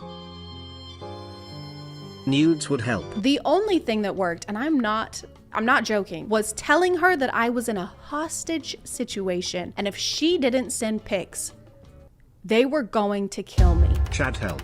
I've been kidnapped by nefarious people and they're going to murder me. What? Why would you think they would do that? They have knives and are going to beat me up unless you meet their demands. I promise I won't let them hurt you. Send spice and they'll let me go. Sure, winky face. But after we ironed out some wrinkles, our relationship really soared. She told me about her family, I told her about mine. This is my infant son. Totally see the resemblance. We shared our hopes and our dreams together. I will hack the government one day.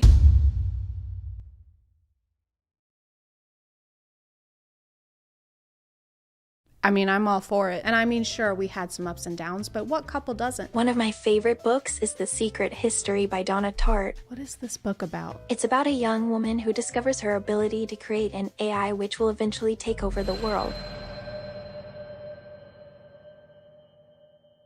Do you relate to this? There, guys, thank you for subscribing, and if you are still here, thank you so much for watching. I appreciate you clicking on my video out of all the videos that are on here, and I'll see you next time. Okay, bye. And also, don't forget to use code ChadChad2 to get 55% off of your first month at Simpbird. Okay, thank you, love you, bye.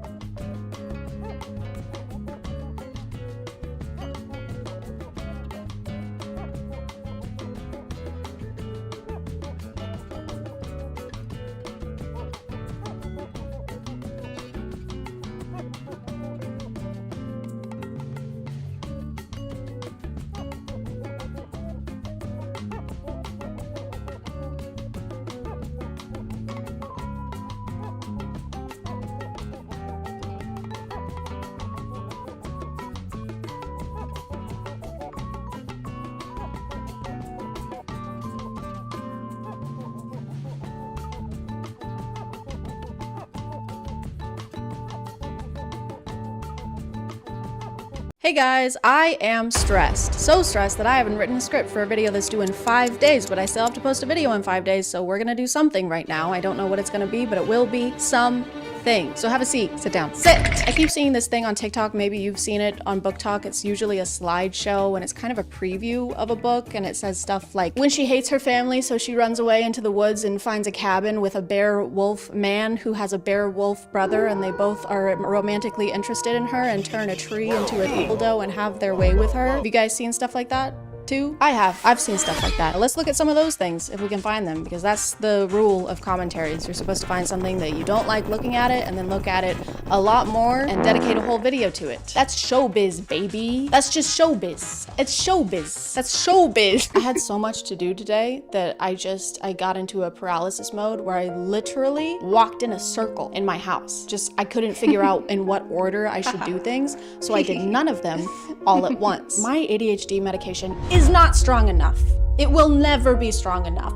Ever. I found one. When she finds out her online best friend isn't who he says he is. He's the same person she's been obsessed with for 8 months and has been trying to forget about. Turns out he's just as obsessed as she is. And he's her ex-boyfriend's dad. Oh, father. Oh, okay. All right.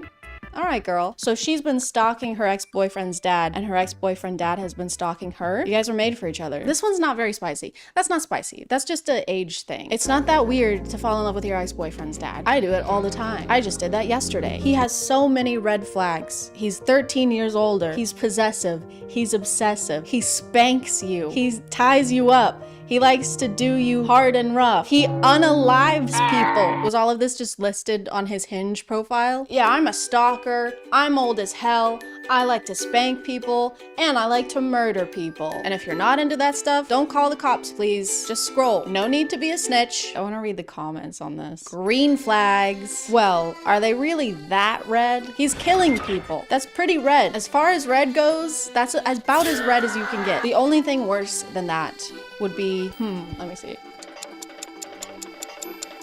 I'm so good at improv. I'm so good at coming up with things on the fly. I'm so good at being on flies. Why nobody hating? This is me. This is my alt account. That was me. I said that. I thought it was a slide, but it was a screen recording that someone took of a slide. Don't do that. The shy, innocent girl being afraid to get a tattoo because she has low pain tolerance. The 6'5" tattooed hockey player smirking and saying, "You're a lot better with pain than you think."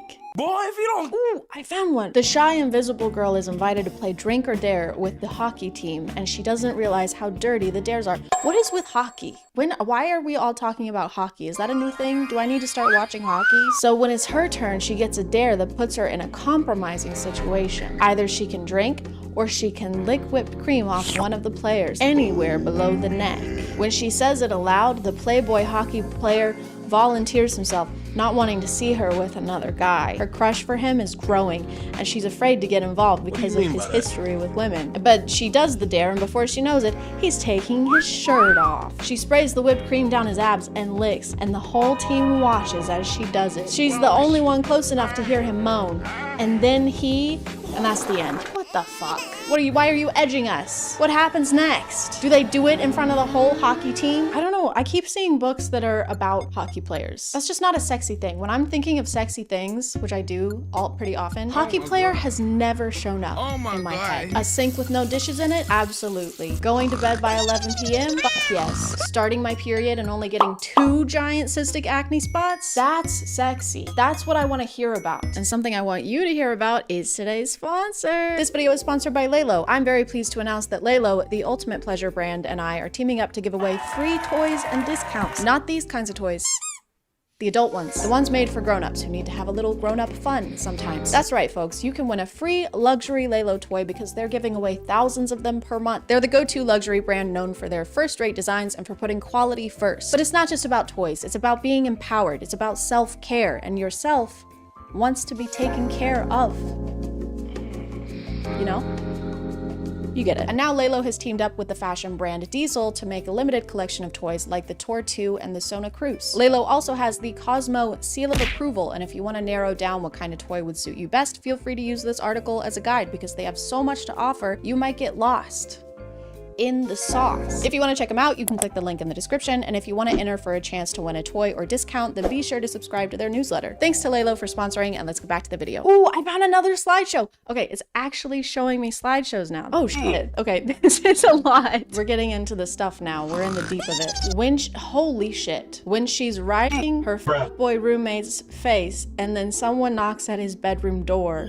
That's the shock emoji. Unable to stop myself, I sink my teeth into her thigh, loving the way she hisses down. Okay, this is just cord. This is just cord. Dude, you all right in there? My Page's eyes widened and all's good, but he has no idea. Okay, this is just cord, and I'm going to skip this one. Oh my god, I don't want the cord. I want the scenarios. I don't want to read that one either. Her sleeping through her alarm for 3 minutes straight. Her brother's best friend lying next to her, smirking as she sleeps through it. Wake her up, man. Help her. Now she's gonna be late for her meeting, and you could have done something. This is no smirking matter, sir. Also, no one sleeps with a lace bra on. This isn't cute. No one does this. Oh, time to go to bed. Let me put on the itchiest piece of clothing I own. When she never reached an so he. Okay, I don't want to read porn. Guys, I just want it to be silly. I don't want to hear about that stuff. That's gross. How is this allowed to be on here? I have seen the C word more times than I can count. 23, 24. What are you doing, TikTok? I'm so glad we actually found slideshows. I was worried we weren't going to find any. But now all the slideshows are just porn. So when God opens one window, he closes a door. Whatever that. I don't remember. When your fake husband orders you to wait for him naked on the balcony, except there's another couple making out next to yours, so you go back inside. Your eyes lock with your half-naked husband who demands, "What did I tell you, Bianca? I'm naked," you whisper. We know, Bianca. It says you're naked 2 times already. Distracted by the sight of his bare chest and abs. Where were you supposed to wait? Nervous, you open your mouth to lie, but your neighbors take it up a notch. His lips lift and he arches one eyebrow. How do you lift your lips? Do your lips even lift, bro? How much can he lift with his lips? Like 350? My lips can lift 400, not these ones. I've got the strongest lips this side of the Mississippi. This is a little more explicit than I was thinking. This is a little harder than I thought it would be. And I'm a little harder than I thought I would be. When there are 9 straight pages of him eating her out? No, thank you. And you posted them all on TikTok? When he's meeting his boss's daughter for the first time and he says, "You must be what, 22, 23, 24, 25, 26, 27? I'm 28. Thanks though." Why does this have 103 likes? This is just a conversation of 2 people discussing how old they are. And 100,000 people were like, "Yes, good. I like that." You're 69ing with your brother's best friend. As you do, you try to, okay. All right, this is too much. Oh my God. Guys, this is just, I'm looking at porn on camera. This is weird. This is not what I wanted. This is stressing me out more. When she calls him friend to stop the situation from getting too steamy. Is that our safe word? The top comment says, "Can someone please explain to me what safe word means?" You're too young to be seeing this video if you don't know what that means. Log out. Go outside. When her husband doesn't want to get her pregnant. I saw the rest of it before I finished reading it. When her husband doesn't want to get her pregnant, so he sends his brothers to do it. What? Why would, it doesn't say he can't get her pregnant. It says he doesn't want to. I don't want to f my wife. Just get them to do it. Mom, I don't want to f my wife. Can Charlie do it? Why am I always the one who has to f my wife, Mom? God, I hate this family. When your hot bodyguard is enjoying you and he accidentally answers a call, it's the head of the mafia on the line, his boss, and your dad. He clamps a hand over your mouth and glares at you in warning. But it's too late. You're about to... What does this mean? I'm about to flag? Oh my god, don't stop. I'm about to checkered flag. Busy. Talk later, he groans before he throws the phone. You just hung up on the boss of the mafia. I don't know much about the mafia, but I'm pretty sure you're not supposed to hang up on the guy who runs the mafia. Why did we romanticize the mafia in the first place? When no one ever sits next to him in meetings because they're scared they will get fired. Her pulling out the chair beside his and sitting in it. Bruh. What? He'll fire people if they sit next to him? Hey boss, can I sit here? Of course you can. And you're fired. I just don't understand. Oh, it's called grumpy romance. That explains it. He's just a little grumpy. He hasn't had a snack. We either have boring or hardcore core. There is no in between. That's it. That's all you get. Let's go. She's staying at her enemy's house because only he has an open room. But she decides to fix the place to make use of her time. But while she's fixing the shower, he walks in with nothing on. That's okay, and that's it. All right. Well, it would make sense for him to be walking to the shower with nothing on. I don't know how else you would walk into a shower. Also, why is she staying at her enemy's house? Because only he has an open room. You can't find anyone else who has a free room. You guys can't be that big of enemies if you're still open to staying in the same house as him. Seems like you guys just have beef. Also, if I'm staying at someone's house and I get a little bored, my first instinct isn't to start renovating their home. Well, I have a free hour, so guess I gotta replumb the bathrooms and then sleep with my sworn enemy. There's nothing else to do. I can't do anything else. There's nothing else. You were having an argument with your husband. He's sitting in the living room while you yell at him for half an hour now. And the worst part is that you're not even listening. I was. Just waited for you to finish, love. He then did a manspread in the sexiest way possible. I'm all ears, babe. Babe, what's wrong? I'm listening. Go on, love. Yell at me. You weren't going to yell at him anymore because you could have seen the way he looked at you. Okay. You could tell he was turned on. I mean, did you see how he manspreaded? He's turned on, for sure. I know you too well. Oh, love. Just thinking about you yelling at me while I do the most unholy things while you scream my name. The recommended search is manspread scenarios. Don't encourage them. We're trying to nip this in the bud. We're trying to get rid of this. We've been complaining about this and now you guys are sexualizing it? Cut it out. It's not sexy. Imagine you were in an Uber coming from a club with your friends. There was no space left and you had to sit on E.N.'s lap. Okay, I did read some Wattpad when I was a kid. Not enough to know what E/N means, so I'm just gonna say Aaron. Kind of looks like Aaron. Let me put the seatbelt on, Aaron said. There was so much noise in the car from the loud music and your drunk friends, so no one was paying attention. While Aaron put the seatbelt on, he was barely touching your body. Are you afraid to touch me or what? Hey, are you afraid to touch me or what? What are you, a little bitch? What's the problem? No, of course not. It's just, he said as you cutted him off. Oh my god. She cutted him? Stop. Oh my god. You're hard, you said, with a smirk on your face. You guys are in an Uber with a bunch of other people. Keep it in your pants. Literally. Put it back in your pants. Why in? Okay, I do know what this one means. That's my name. And my name is Chad. Chad, he said, surprised. If that helps, This is not helping. This is not helping the day I'm having. If that helps, I'm too, you said. Suddenly his hand got on your thigh. Oh, it got on there? That's a sexy way to put that. Suddenly his hand got on my boob. That's so sexy. Thank you. Okay, and then it gets to be too much. And then you go too far. You have to tease it, okay? You can't go straight to the heavy stuff. You gotta warm us up a little bit. Imagine you run as fast as you can. That because you just pranked your enemy. I don't know what kind of enemies you guys are having. You don't really usually have a back and forth with someone who's your sworn enemy. 2 words. He's wet. I don't like those 2 words. That asshole deserved every single water drop that was falling on him. You don't get to close the door and your enemy just pops up. As you both are in, he closes the door and locks it. Come here, Chad, he says, his shirt glued to his skin. Come on, Aaron, it was a prank. Why do you always have to overreact? Oh yeah? overreacting, he grabs both of your hands and pins them on a wall, his body pressed to yours in water. Yeah, it sounds like you guys really hate each other. It sounds like you guys really don't get along at all. You can't just say that you're enemies and then you hang out with each other and you enjoy each other's company and have camaraderie. That was the word I was looking for, camaraderie. You can't have camaraderie and general banter with your enemy. I'm your enemy and I just killed your mom, your dad, your brother, and your sister. Oh yeah? Well, I just got your nose. Stop, give it back. Stop. All right, I'm gonna stop reading these. Comment below if you want me to read E/N/Y/N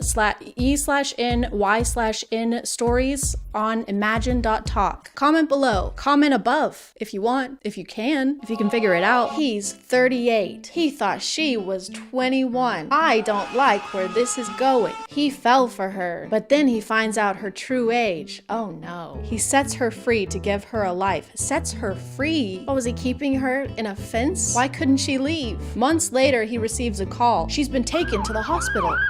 What happened? Oh, in the caption it tells us, age gap, mafia, she's pregnant. These are like the spark notes of the story. Wait, how old is she? How old is she? Why are so many authors obsessed with making the female? Oh, she's 18? Ew. He's, what, he was 38? There's a 20-year age gap? Ew. What is wrong with you guys? I thought that maybe she was older than she said she was and that he was just gonna be mad that she lied. But no, she was actually younger. She's 18, he's 38. And he's in the mafia. He's probably the boss. Or he's her bodyguard. Why don't they have any other positions? Do they have any other positions in the mafia besides boss and bodyguard? What about secretary? Can we have one where the guy is just a secretary for the mafia? He just answers emails for the mob boss. All right, I just rescheduled your 9 a.m. and your mom called to confirm your lunch with her today. Okay. All right. Still on. Okay, I'll let her know. I'm still feeling a little stressed, if not more stressed. I don't think this helped at all. Let me just find some other ways to calm down. How to relax. Try active relaxation. Focus on your breathing. Get creative. Spend time in nature. Picture yourself somewhere serene. I can try that. Waterfalls are serene. Creeks are serene. I'm picturing Serene Williams. This is perfect. I'm so calm. I'm gonna call it there, guys. Thank you for subscribing. And if you are still here, thank you so much for watching. I appreciate you clicking on my video out of all the videos that are on here. And I'll see you next time. Okay, bye.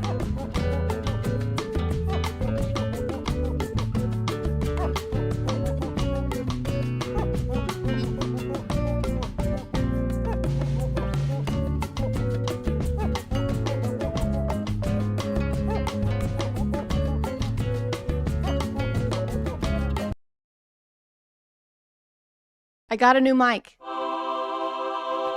It's wearing a sock. But the good thing about it is that I can move wherever I want and you can still hear me. See? Look, you can even talk to this guy. Follow Chad on Instagram and Twitter because she need to promote them but always forgets. Just like she forgets to put on deodorant. She smells like and I don't even have a nose. It makes me sick. Never mind, don't talk to that guy. A twin job. Great. My name is ChadChad. And today we're gonna talk about sauce. Small sauce, big sauce, blue sauce, pink sauce. You can eat it in the car, or you can eat it in the ER. Chances are you've heard of the infamous pink sauce on TikTok. And if you haven't, what's it like? Outside, are there still trees? I remember those. Pink sauce blew up a few months ago, figuratively and then literally. And yes, I said months. ChadChad being late to a topic? That doesn't sound like me. You're thinking of bad ChadChad. Hey, what's up? My arch nemesis. She just learned about pink sauce because she only watches reels. Have you heard this? I have seen that. Yeah, I have. She's a fucking monster. The creator of pink sauce, who goes by Chef P, invented what a lot of reviewers are calling pink ranch. It's a dipping sauce for salad, fries, your pregnant wife at a Nickelodeon-themed gender reveal. I think the main appeal was just the novelty of it. Dipping sauces aren't usually pink, and so when they are, we're curious. It's kind of like those ketchups from the early 2000s that were like purple and blue. It's still ketchup, but now your poop looks like it belongs in the Blob Opera. The initial recipe for pink sauce had pitaya or dragon fruit, garlic, raw honey, lemon juice, oil, and milk. And a little known fact about milk is that it goes bad. The shelf life for milk is barely. You have to shoot milk from the udder straight into a fridge, otherwise it sours mid-squirt, like a 3 a.m. Tinder hookup. Some people's orders showed up like this, with the bottles popping open and dripping all over. Yes! It don't even say pink sauce on this. Oh my, it's gone. There's nothing else in here. Like, it's gone. The pink sauce Cause y'all cancel. waited this long for nothing. This is, no ma'am. We're not trying this. It stinks like throw up. No, not gonna work. And some of them looked like they had maybe been shipped out in just a piece of paper with the label slapped on top of it. Hi, I'm editing. She's also almost showing people's addresses and information during this video, so that's good. I looked up the type of parcel that she's using to ship these. Blah, blah, blah. They are handled more often. This makes it more important to properly package items that are more easily damaged.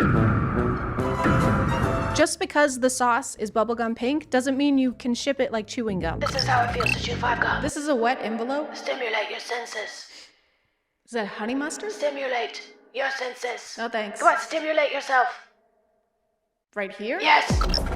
But hey, why don't you also stimulate your senses by learning about today's sponsor? This video is sponsored by Raycon. Raycon's wireless headphones, earbuds, and speakers offer premium sound quality while starting at half the price of other audio brands. Their everyday earbuds have over 50,000 5-star reviews with a smooth and sleek style that comes in 4 different colors. They're super comfortable thanks to their optimized gel tips that come in different sizes and can be changed out until you find your perfect comfy fit. The everyday earbuds are designed for ease of use, so they come with a built-in mic that you can use to answer and take phone calls at the press of a button. You can even toggle between noise isolation and awareness mode for when you need to listen to what's going on around you, or ignore what's going on around you. You can also switch between 3 different sound profiles: pure sound, balanced, or bass. With 8 hours of playtime and 32 hours of standby thanks to their wireless charging cases, Raycon's everyday earbuds are designed to stay put all day long, whether you're walking, running, or eating forest green barbecue sauce. If you want to check them out, just click the link in the description or go to buyraycon.com/ChadChad for 15% off of your Raycon purchase. Thank you to Raycon for sponsoring today, and let's get back to the video. But pink sauce is not the only example of people selling questionable food on TikTok. A more recent one came from an account called Pickle Me Everything, another TikTok creator making and selling products right from her kitchen counter. Bloody Mary pickles from Pickle Me Everything. Oh my gosh. Look how juicy.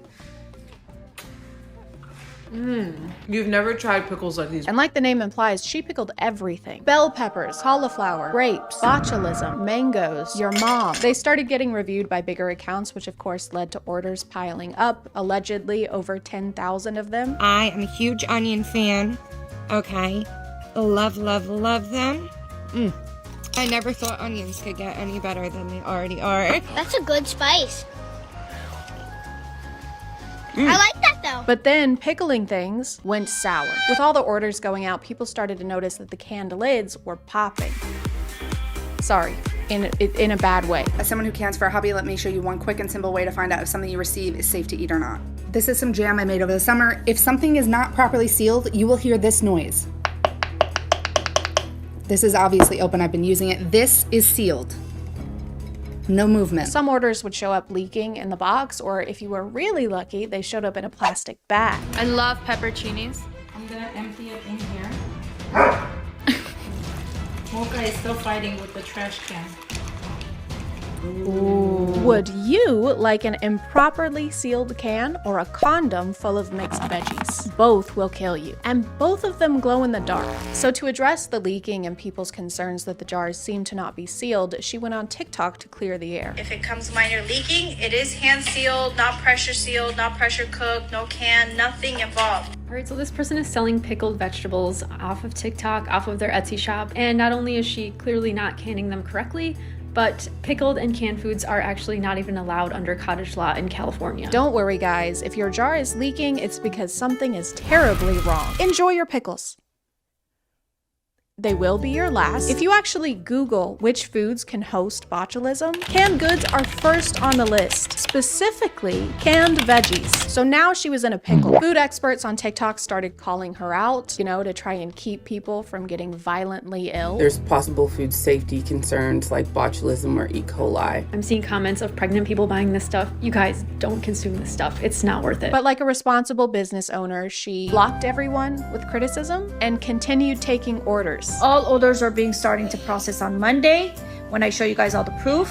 the facts. Unfortunately, she is blocking and deleting comments from anybody telling her that it's not legal. Initially, she tried to deny everything by claiming that she had all the licenses she needed. I have the food license, I have the can license. Guys, just give me some time to put everything together as a video and show you guys all the proof and all the facts. But then a couple days later, she posted a TikTok video claiming that she didn't know anything about needing all these licenses. I'm so sorry for all of this. It just happened so fast. I want to thank Food Science Babe for bringing awareness to teach me things that I didn't know about this food canning license, about a lot of things. Which it's fine to not be an expert on FDA regulations or how to properly make canned goods. Unless you plan on making canned goods. I'm working on getting all the license, the permits, whatever it is that I need to get done to get this properly done. Why are you working on getting the permit or the licenses after you've already sold the jars? You've already done the thing that they're trying to prevent by making you get a license. Can I get your license and registration, please? This probably isn't a big deal, but I don't have those. That's illegal. How was I supposed to know? Single internet search. Come on, who am I hurting by not having a license? That guy. He was already like that. I'm one person with all the hate, all the messages, but just please consider being a little bit nicer.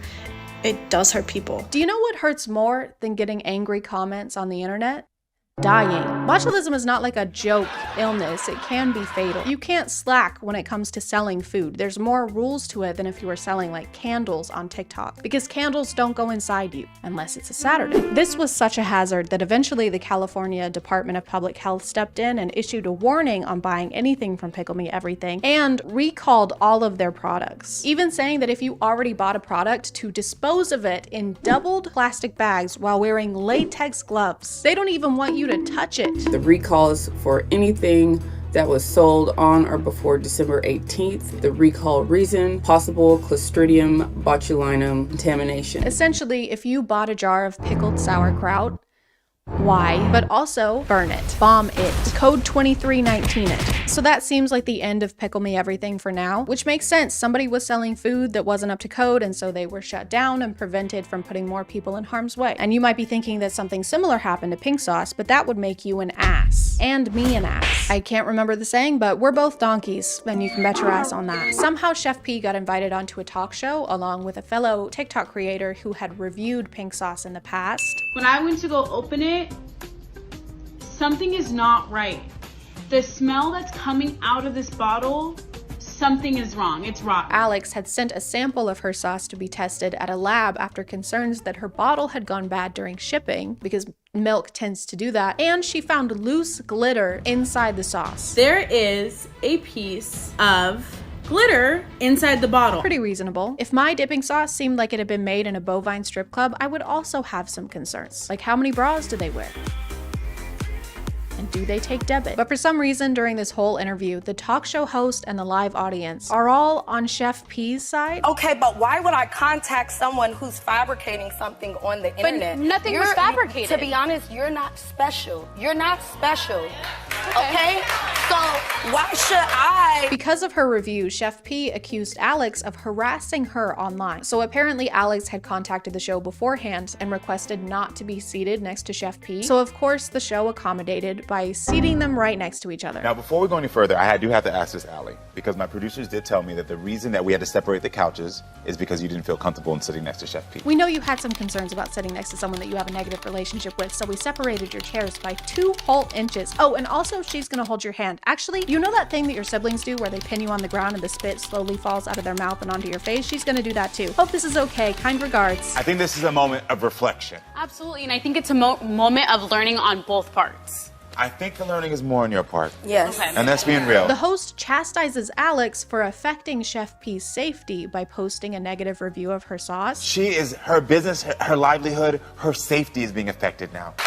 And I forgive you. But has nothing to say about the health and safety Chef P affected by selling food without knowing what FDA stood for. What do you mean FDA approved? I don't sell medical product. The pink sauce is not a medical product. Not only is milk unsafe, but garlic and oil at room temperatures can also lead to botulism. At some point, Chef P claimed that the milk being used in the original recipe was powdered milk, but she also claimed that the garlic in the recipe was not raw garlic, and I guess forgot about the video she posted where she's using raw garlic. And then to finish off your homemade apple juice, I just like to add 2 shots of freshly ground urine. Did she say urine? I think she said urine. Hey, I don't think you're supposed to put pee inside the apple juice. And by the way, there's no piss in this apple juice. Chef P also chastises Alex for posting her review on TikTok instead of coming to her directly. You could have contacted me directly. No, you could have reached out to me like, hey girl, you know what? Take this step. Did you research this?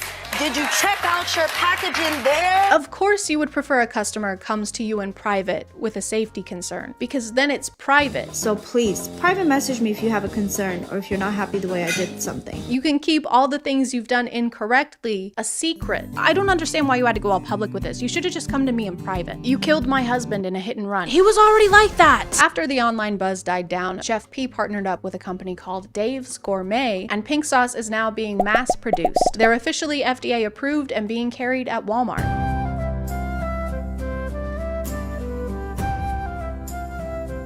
Some of them aren't even pink. Some of them are beige. This is beige sauce. This sauce just told me it collects postage stamps.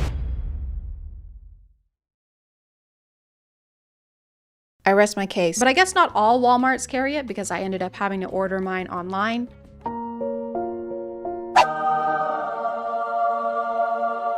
Are you ready to try the pink sauce that became an overnight internet sensation? It's very watery for a dipping sauce.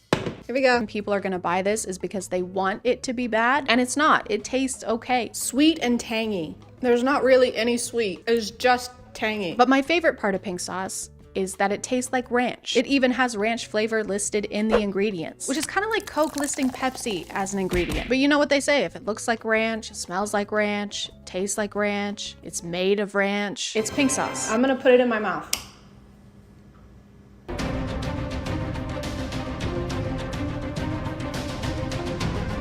Overall, I'd give it like a 5 or a 6. 10 out of 10.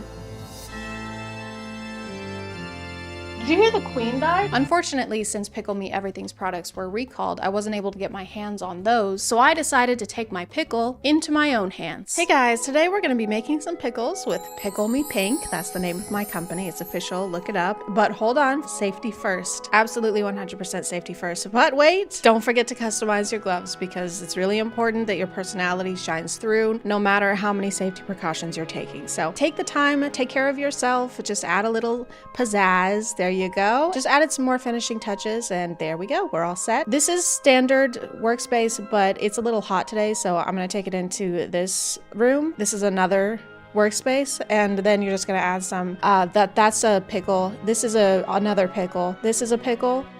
That's a can of pickles. This is just some seasoning. That's just a seasoning packet, so go ahead and add that into the blender as well. So yeah, and then we're about finished up. Just take a second to make sure everything looks good.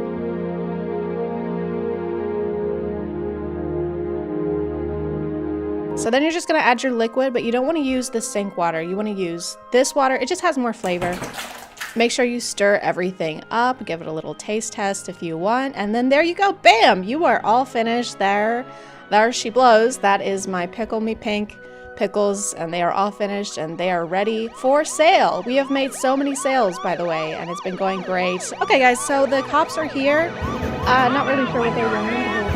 I'm gonna call it there, guys. Thank you for subscribing, and if you are still here, thank you so much for watching. I appreciate you clicking on my video out of all the videos that are on here, and I'll see you next time. Okay, bye.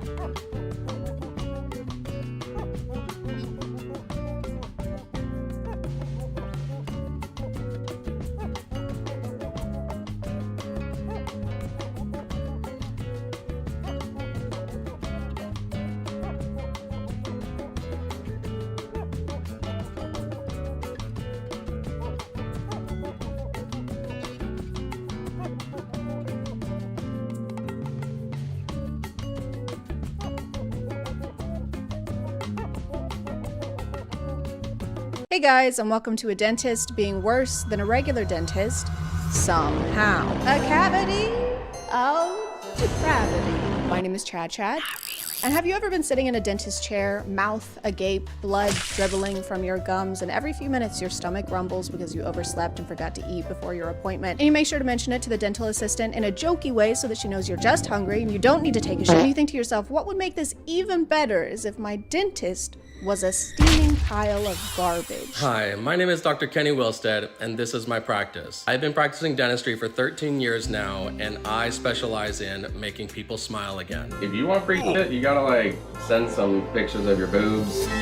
This guy is Dr. Kenny, or Dr. Ken, not like the Barbie doll Ken, even though they probably have the same number of testicles. But Kenny's job is just to, he's got a pretty big following on social media and specializes in smile makeovers. At least that's the type of service he usually posts content about. And he recently announced a new TV show that he started filming for. Exciting news, we are filming for my new show. But he prides himself in the fact that his practice is down to earth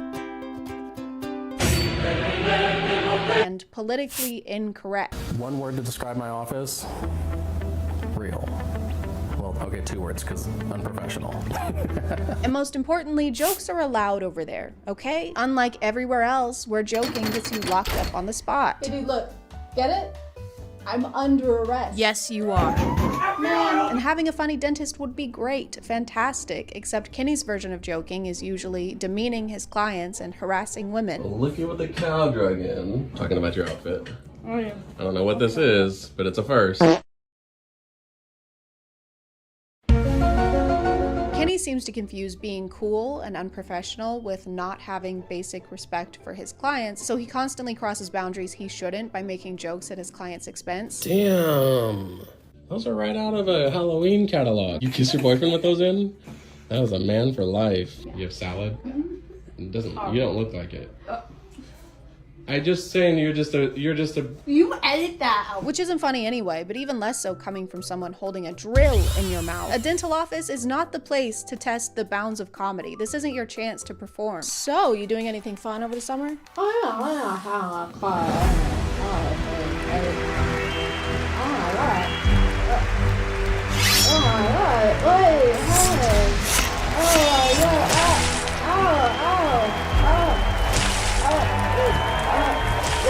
But if you want to see something truly magical, then you should check out today's sponsor. This video is sponsored by Book of the Month. Listen, you like to read, you like to have books, but sometimes you don't know what book you want or where to find it. Sometimes you just want a book to fall into your lap. Whoa. What, that's crazy timing. Book of the Month makes it easy peasy to find a new book each month by showing you 5 to 7 options from upcoming authors that you can pick from using their app. And then bam, it shows up at your house in this pretty little box, and shipping is always free. They even have an app where you can track your reading progress and complete challenges for rewards, plus a loyalty program that gets you lower prices the longer you use it. Book of the Month is a great opportunity to test out genres you don't usually read, and with their new launch of curated audiobooks, you can even read on the go by choosing and downloading books right through their app. Each month you can opt for hardcovers or audiobooks. This month I got Starling House and the Unmaking of June Farrow. This one is about love and curses, and I love love and cursing. But if you want to check them out, just click the link in the description, and for a limited time you can use code SPOOKY to get your first book for only $5. Thank you, Book of the Month, for sponsoring, and let's get back to the video. Kenny makes it a point to do kind of a casual interview with his patients before their procedures, and this is where a lot of his joking tends to happen. Dang, was that you? That was me. That was Bro, that's embarrassing. We need to be nice, okay? No. He constantly insults people's appearance by implying that they were unattractive before he fixed their teeth, or sometimes just outright calls them ugly. Yeah, my work is nice. I make really ugly girls pretty. He'll call people names. What's up, slut? Come on, hurry up. I want to see how you handle this bitch. He goes way too far with some of his jokes. All right, take your shit off. Not your clothes, just your mask. He even crosses physical boundaries. You get the idea. I just want to make sure everyone knows that this guy isn't cringy. He is predator. He makes completely inappropriate sexual comments to them as well, which isn't unprofessional. It's crazy. Damn, you've had worse things in your mouth. Now I'm crying mess. Yeah, now that you're all flustered, like we just f***ed or something. No, we're gonna f*** her for sure.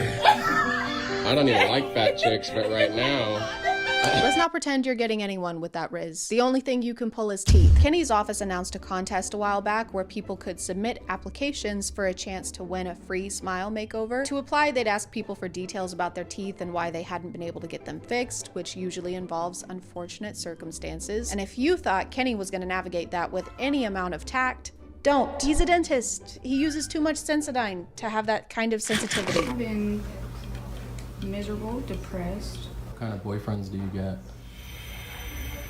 Boyfriends? Do you have a boyfriend? No. Why do you think you don't have a boyfriend?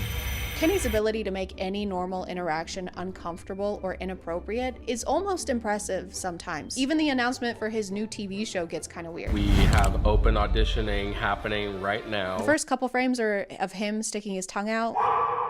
There's nothing inherently wrong with that. I just really, really hate it. He can't get through the video without making a joke about a casting couch. Okay, the hashtag is DKS casting, not casting couch. So be aware. I mean, if you want to send one of those, it just your account might be canceled. No one thought you meant that. No one was thinking that. All right, guys, I'm gonna head out. Okay. Not heading that way. What? I mean, like, if you want. I never said that. Like, if I you don't know what want, you're we talking can, about. But, like, that's not what I meant, Nobody though, said that. definitely, Nobody in here for said sure. that. Unfortunately, he doubled down on this joke and DM'd the same one to someone who applied to the contest. Maybe the hashtag should have been casting couch, because after I posted this is the response I was met with. If you're entering into this giveaway, just know that it's about more than just teeth, supposedly. You know you're messaging people from your public business account, right? And not your Hinge profile. Sorry, your unhinged profile. This is clearly a pattern for him because he sent a similar DM to an applicant during his last contest.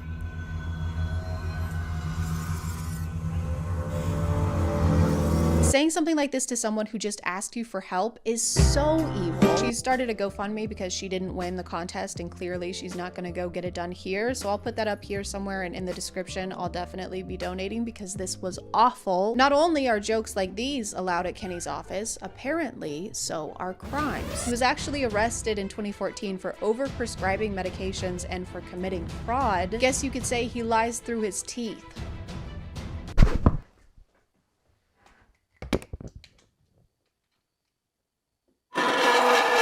It actually makes complete sense that he said the show is about more than just teeth. If you scroll through any of their social media pages, you'll notice that almost all the clients they post seem to be women. If you watch one of the rare videos where the client is a man, suddenly Kenny seems much less comedically adventurous. Every time I look in the mirror, I see my past. I see all the mistakes that I made before. So your teeth are kind of like a constant reminder of what you've been through. In fact, he doesn't make a single joke directed at his appearance in this one. I thought jokes were allowed here. I thought we were being silly, goofy in here. It's almost like it's not about making jokes and it's really about saying creepy, suggestive shit to women.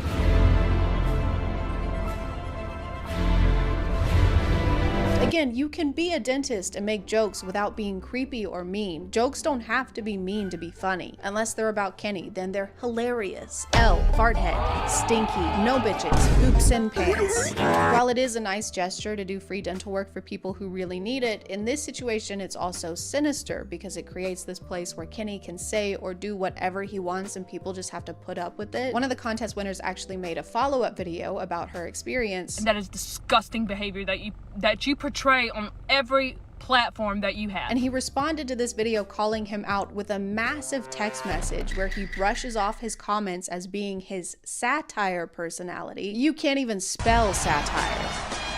Literally, that's wrong. That's incorrect. You spelled that wrong. He's not speaking out on it. He's trying to point fingers, play the blame game, and gaslight me into thinking I did something wrong when I did nothing wrong. He calls their interaction true vibing at its best. You were making fun of her. Look at what the cow drug in. The vibe was bullying. He ends the message by saying that he forgives her for trying to destroy his integrity, but unlike every other aspect of himself, he needs no help there. He also makes sure to tell her that she's not perfect either and has plenty that she'll have to answer for. He should be working at Waffle House with how good he is at flipping things. Hey, when you laughed at my physical appearance and made inappropriate comments, that made me feel better. I'm literally a baby. It's just not okay to do those things. You are being mean to a precious baby boy right now. You just can't say stuff. The way you're saying this stuff is so mean. I've never done anything wrong, so you're actually mean. He also encourages people to share their stories during his interviews and records their emotional moments for his social media. But then he complains about people coming to him with sob stories. I'm not a very sentimental person myself. If, you know, you're a single mom of 3 kids and you have 3 different baby daddies and your teeth are shit, probably not gonna select you for the show. This is a person who needs dental care and messaged him asking for advice or probably hoping he could help somehow, and instead of doing that or having any empathy, he posted it to his account with hundreds of thousands of followers with their profile picture in it, and then he says in the caption, "Wake up and stop being a victim." He created like this public image of himself that talks about how much he wants to help people in situations like this and transform their smile and their life. And then when people believe that image and send him stuff like this, he's upset,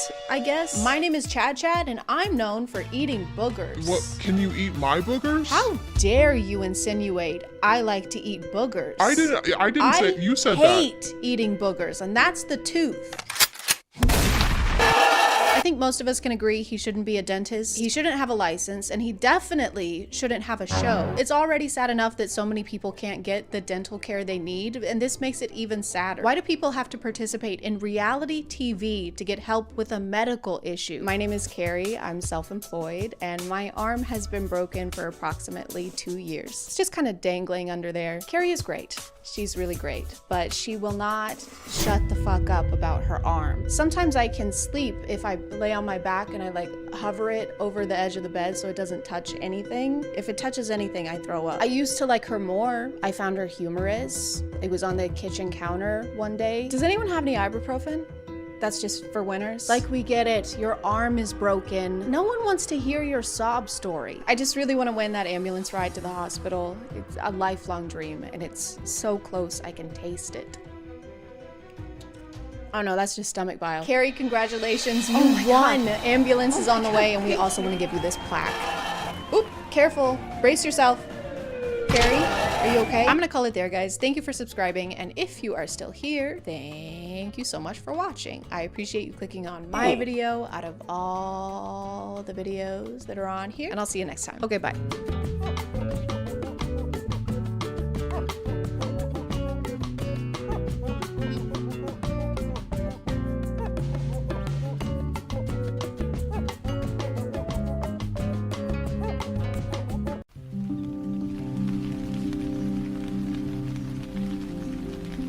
Stop, don't eat that. Who are you? Are you me from the future? I'm that sandwich in the future. My lunch? My name is XASH-A12. Okay, but what does that have to do with my sandwich? XASH-A-B, I'm sorry, what was it? It was XASH-A12. Look, if you eat that sandwich, the world is done for. Okay. XASH-Ford, F-150. Do you have a nickname? Absolutely not. Okay, vitamin B12. I feel like you just want to steal my food. Why would I need to steal your food? My dad is Elon Musk. Okay, well, don't do this. Ha! I knew it wouldn't. Hey guys, and welcome back to My name is ChadChad. Not really. Is it welcome back though? Is it really? Or is this the first time you're here? Or do you think it's the first time you've been here, but it was actually the last time you were here, and you're looking back at a version of yourself in a parallel universe, and you're actually about— Okay, that's enough. I'm sorry. We're watching time traveling TikToks today. I've recently stumbled upon a new side of TikTok that I much prefer over the endless bodyguard POVs, which I'm still getting a lot of, by the way. And there's a lot going on over there. Time traveling being just one of the many stuffs. We've got conspiracy TikToks, horror TikToks, those scary underwater videos that I hate but cannot stop watching. I think it's because I have zero knowledge of what's actually down there. So you could show me a picture of any weird looking creature and tell me it was from a deep level of the sea and I would believe you. Hey Chad, check out this new creature they found at the bottom of the ocean. Yeah, that checks out.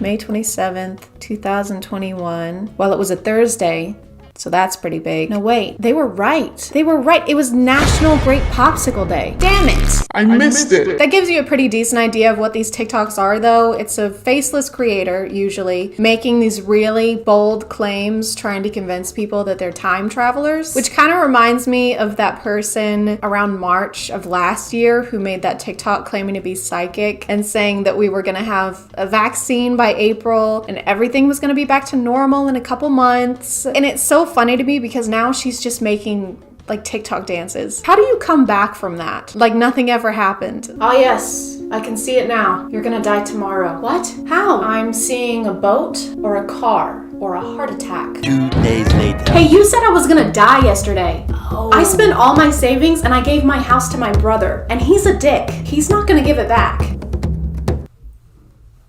What are you doing? Are you doing TikTok dances right now?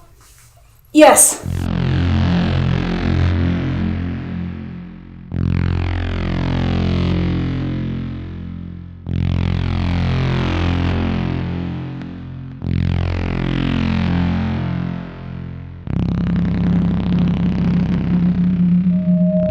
Okay, so far this is just the plot of Chosen Ones by Veronica Roth, the one who wrote Divergent. I really hope when the world ends, it's not structured like a Veronica Roth novel. The world is in shambles, and I'm the only one who can fix it. I'm a normal, everyday girl who's gonna be played by a stunning, flawless actress. I'm not like everyone else. I'm weird. I'm a weirdo. I don't fit in. Because I actually don't remember what her special ability was. I guess she could just dream. Well, I'm Triss. My boyfriend's name is a numerical value, and I can dream pretty good.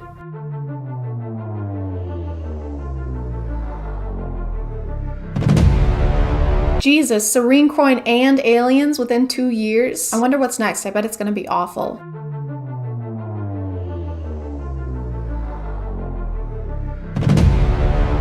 Oh my god, an earthquake. Not gonna lie, it kind of pales in comparison to full-on aliens.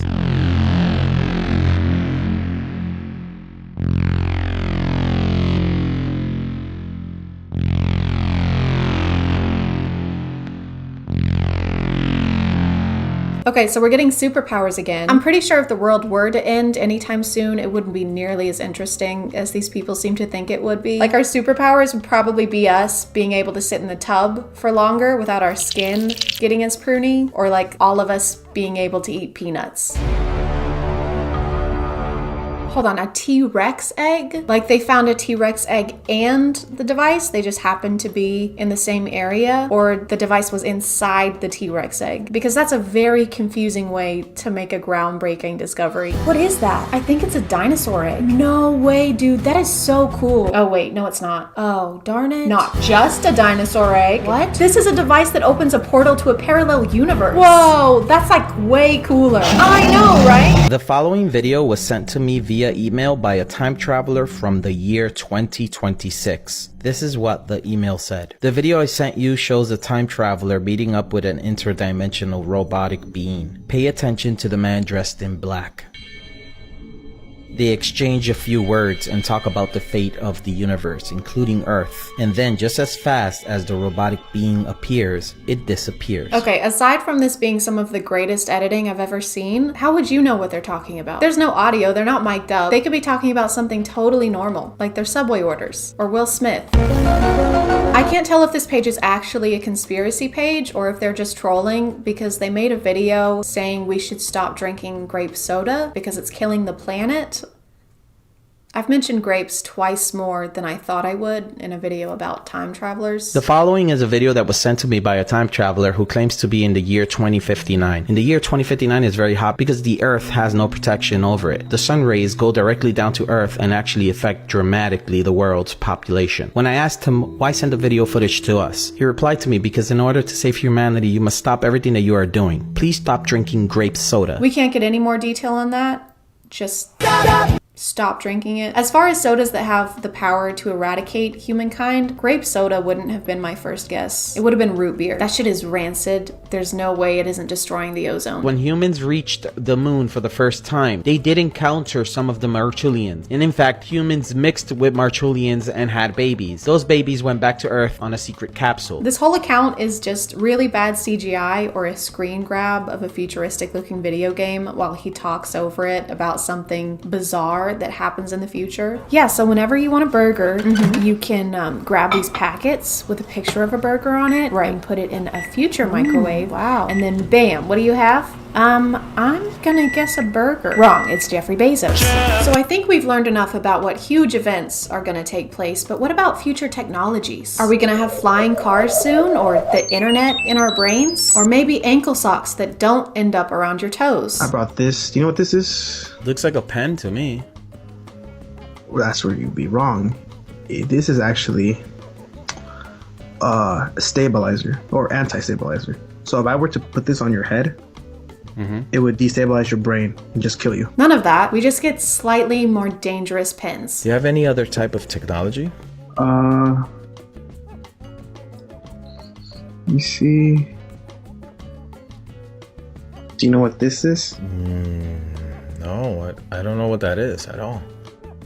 Alright, so this, if you throw it, it can destroy a whole universe. I love how it seems like they didn't plan this at all and they're just improvising, because as far as things that I think would be difficult to make up on the spot, the entire future of our planet is pretty high up on the list. Do you know what this is? This contains all the DNA from other extraterrestrials during my time. Wow. It's off right now. Thank God it's off. But if I were to turn it on per se, I could go through all I think you just turned it on though. the extraterrestrials and I just slap it like this. I get their DNA, I turn it into them, and I have all their powers. That comes in handy for like if you have to fight someone.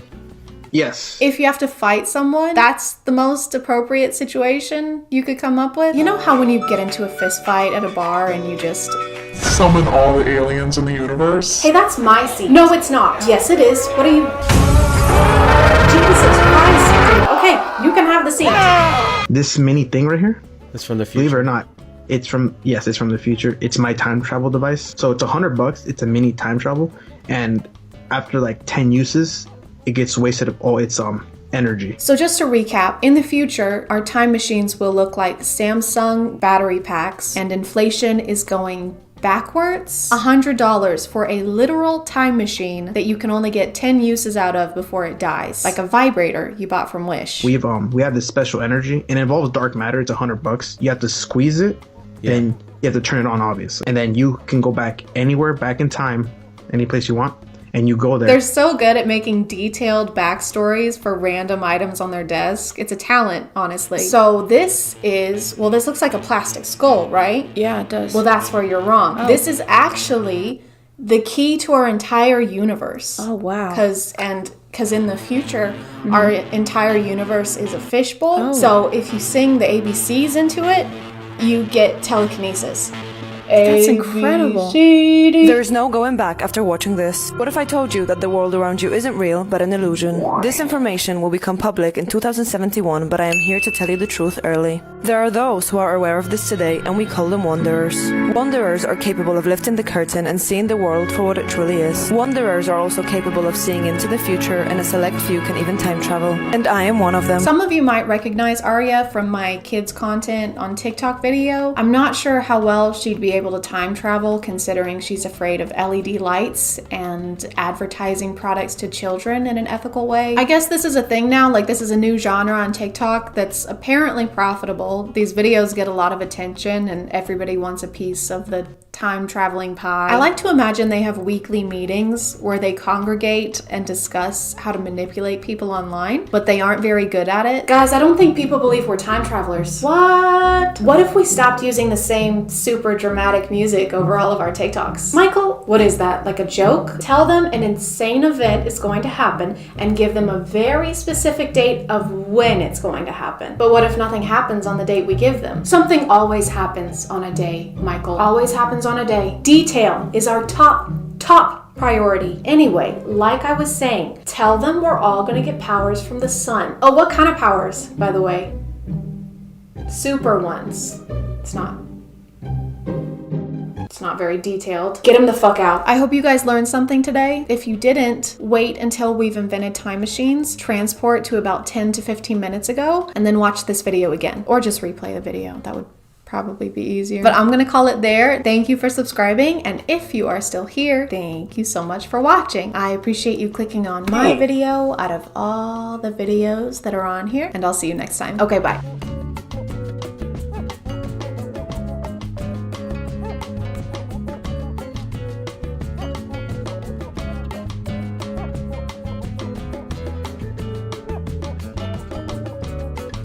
Hello, and welcome back to A Twinge of Cringe. Look what I have.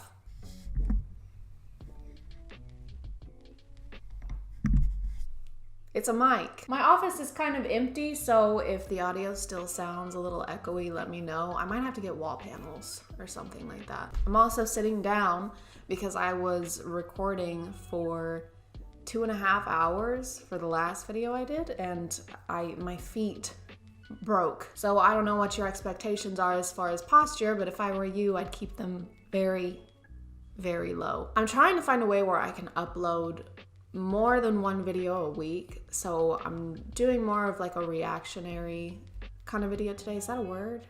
Reactionary? Whatever, if it is or if it's not. That's what we're doing today. You know what I mean. So today I'm gonna watch some 123Go videos. If you don't know who 123Go is, they are owned and operated by the same people who run 5 Minute Crafts. They are dumb, they are pointless, and they somehow get millions and billions of views. Say what you will about them, but they really know how to clickbait people. Right off the bat, there's just a lot of color. I don't think I've ever met a person who watches these videos voluntarily. Oh, hold on a second. David's coming here now? But I'm with Betty. Gorgeous, perfect hair and makeup Betty. Okay, I get it. So, Resin Earrings over here is in love with Betty, obviously. And she doesn't want this David person to come and ruin her date because she's gonna make a move. Got it. No one wants their boyfriends around that. Oh. Never mind. Please, can you just be ugly for once? Fine. Only 'cause you're my bestie. Gonna need a hoodie for this one. There we go. Okay, really crazy brows. And the finishing touch. This is awesome. Or you could just tell David you want to hang out with your friend alone and bypass all this cliche glow down shit. Hey, babe. You remember my friend Betty? Whoa, is that even a human? Are those glasses? Is that even a human? If you're a woman and you wear a hoodie to lunch, you're a failure. He says as he shows up to lunch wearing a hoodie and a backwards flat bill hat. The absolute peak of male fashion, I might add. What a beautiful day to chat with a girlfriend. May as well take a stroll. Are you kidding me? Look at them. Look at the chemistry. I ship them. They have way more chemistry than Resin Earrings and Flat Bill Jimmy did over there. Unless you're a girl yourself, you have no idea how awkward things can get. Can you think of any other less savory situations girls get themselves into? As a girl, I have not encountered a single one of these situations, ever. But I appreciate the thought, I guess. One of my favorite things about these videos is how they don't bother to get a different narrator for the dudes. So it's just the same lady, but she just makes her voice. She's like, better organize all this cash. Like, that's the best dude voice you can do. I can do a better dude voice than that. Hold on. Now, how do I... My leg... Let's see here. 95. Where'd you get all that cash, Kevin? Who has cash nowadays? Unless you're... So here you go. Grab some double-sided tape. You know, double-sided tape. What do you mean you don't have double-sided tape? Everybody has double-sided tape. Fucking loser. And then gently caress your friend's ass while you stick the tape to them. And don't worry, they won't feel it because then the prank wouldn't work. Why'd Kevin sit down on his money like that? Like he's trying to hide it. It's almost like you got that money in a nefarious way, Kevin. Ha ha ha ha ha ha. It's funny because he's a man and she's putting makeup on him. As if this man was not already wearing concealer, at least 2 coats of a full coverage foundation and a setting powder. Also, I think a little bronzer, but I'm less sure about that. Flat like this. Then, with a mallet, start smashing. Don't worry, it's just plastic. Hey kids, want to play a super sick prank on your friends? Destroy their property. Don't worry, it's not actually their property, it's their less important property. Wait, hold on. Do I have a meat cleaver? Hold on, wait. Pretend this is a meat cleaver. It just slipped out of my hands. It just slipped out of my hands, Lily. It was obviously an accident. Lily is a, how the French would say, a fucking menace. She doesn't listen to Kevin when he's trying to tell her about his day. She steals from him, steals money from him, and if he sings along to his music, she forces him to do the Kylie lip challenge with a vacuum cleaner. Kevin, is there such a thing as a tape fetish? Because if so, I'm 103% sure that Lily has it. What? Jeez. I don't know what kind of industrial strength duct tape y'all have up there in Canada, but here, the duct tape I use couldn't hold an ass hair onto a piece of parchment paper. To summarize this video, Lily is a menace, and everything Kevin does is justified retaliation. Ever wonder where girls get all their makeup and beauty ideas? Well, from looking at a magazine, of course. I have never read a magazine in my life. I think the closest I would ever come to reading one would be if I was in the bathroom and my phone was dead, and even still I wouldn't crack it open until after I'd finished reading the ingredient list on the back of the Dial soap on the counter. No, my eyeshadow! Sorry, Bella. I thought you had a good grip. Hey, these lipsticks could work, right? Why don't we give it a whirl? Sounds interesting enough. If you're in a bind and don't have all your makeup available, try using some of your lipstick as eyeshadow and dab it onto the outer edge of your lid. Actually, do not do this. I don't know much about makeup ingredients, but I seem to remember hearing something about why you shouldn't use lipstick on your eyes, especially red lipstick. I think there's a dye or a certain chemical in there that's especially not good for you, but I'm gonna leave that to Research Chad to figure out and explain to us. It's only an hour until Bella's big birthday bash. You'd better hurry up with those balloons, Lana. You're running out of time. Oh gosh, what happened to my makeup sponge? It looks like you wiped your ass with it and then rubbed it in dryer lint. Hey, here's your deflated balloon. I wonder if I could use this thing as a makeshift sponge. Start blending it in with gentle pats.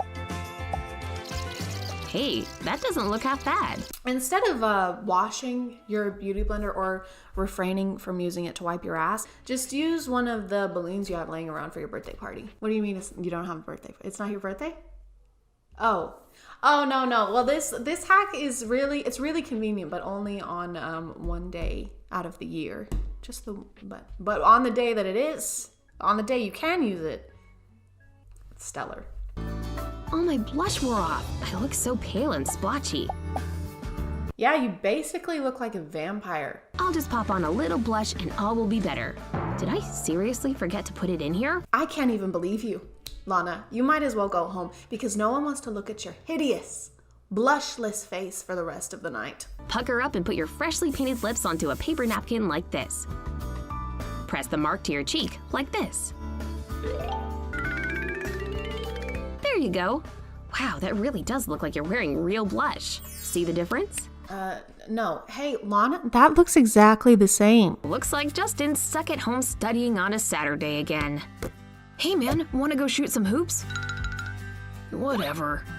Aw, poor guy. He's never gonna get through all this in time to play. Now it's time to bring this bad boy into the mix. Catch this one, buddy! Whoa!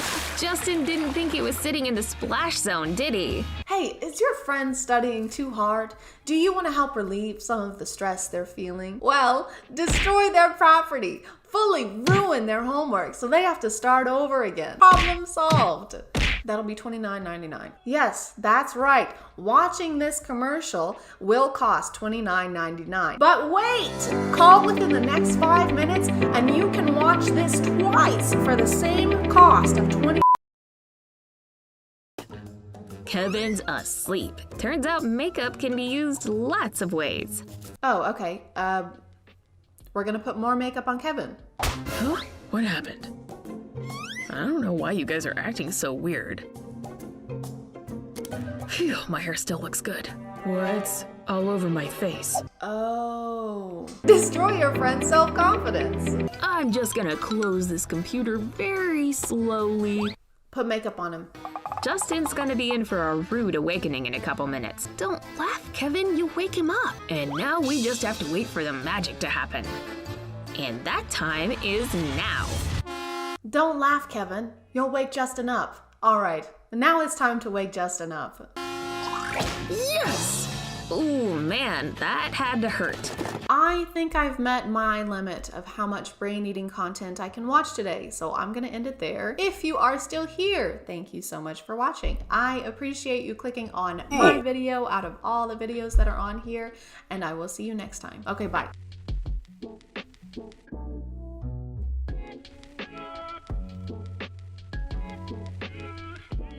Hey guys, today we're talking about Joe.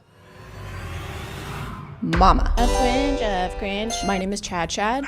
And JoJo Siwa has been acting kind of silly lately. Good morning to every single human who's up in this entire little baby. How's it going today, guys? Good. She's been doing some weird things and moving her body in a weird fashion. Speaking of fashion, she's been doing weird things with that as well. My knee hurts. I'm not sitting because you guys told me to. I'm sitting because I want to. You can't bully me. If you're like me and never watched reality TV or Dance Moms where JoJo got her start, then your knowledge of her is probably bows. That's all I think of, that and asbestos for some reason. I don't know why. I'd have to do some more research, but I'm thinking about asbestos as always, right? JoJo's been a public figure for a while and is known for having a pretty young audience, thus the bows and bejeweling of the hair. She usually sings and dances in an aesthetic I can only describe as the human version of a glow stick. Everything about her is fluorescent, and if your eyes are exposed to her, recently anyway, then irritation may occur. By the way, I watched about 3 minutes of Dance Moms to try and understand where JoJo came from, and it's just like people getting mad at kids for having the coordination of kids, and they edit it like every mistake is an earth-shattering devastation. Hold on. Did you just point your toes? How could you do this? I'm sorry, Your mom is crying. You made your mom cry. It was an accident. You were an accident. But now JoJo is going through a kind of rebranding, and I say kind of because it's not the best rebranding we've ever. She's coming out with a new song tomorrow, actually, and I know that because she has not stopped talking about it. JoJo, you coming out with some new music. What? Yes. No one knows what's happening. No one knows what's going on. I do. I know what's happening. Nobody else. So fun to watch. From what she said in her social media and in interviews, it seems like this song is supposed to break her out of her past career geared towards younger audiences and be the turning point that lets us know this isn't for kids anymore. She's not a good, sweet girl. In fact, you might even say she's a bad girl now. Warning. The following content is not made for children, may contain sexual themes, violence, strong language, dramatic scenarios, and flashing lights.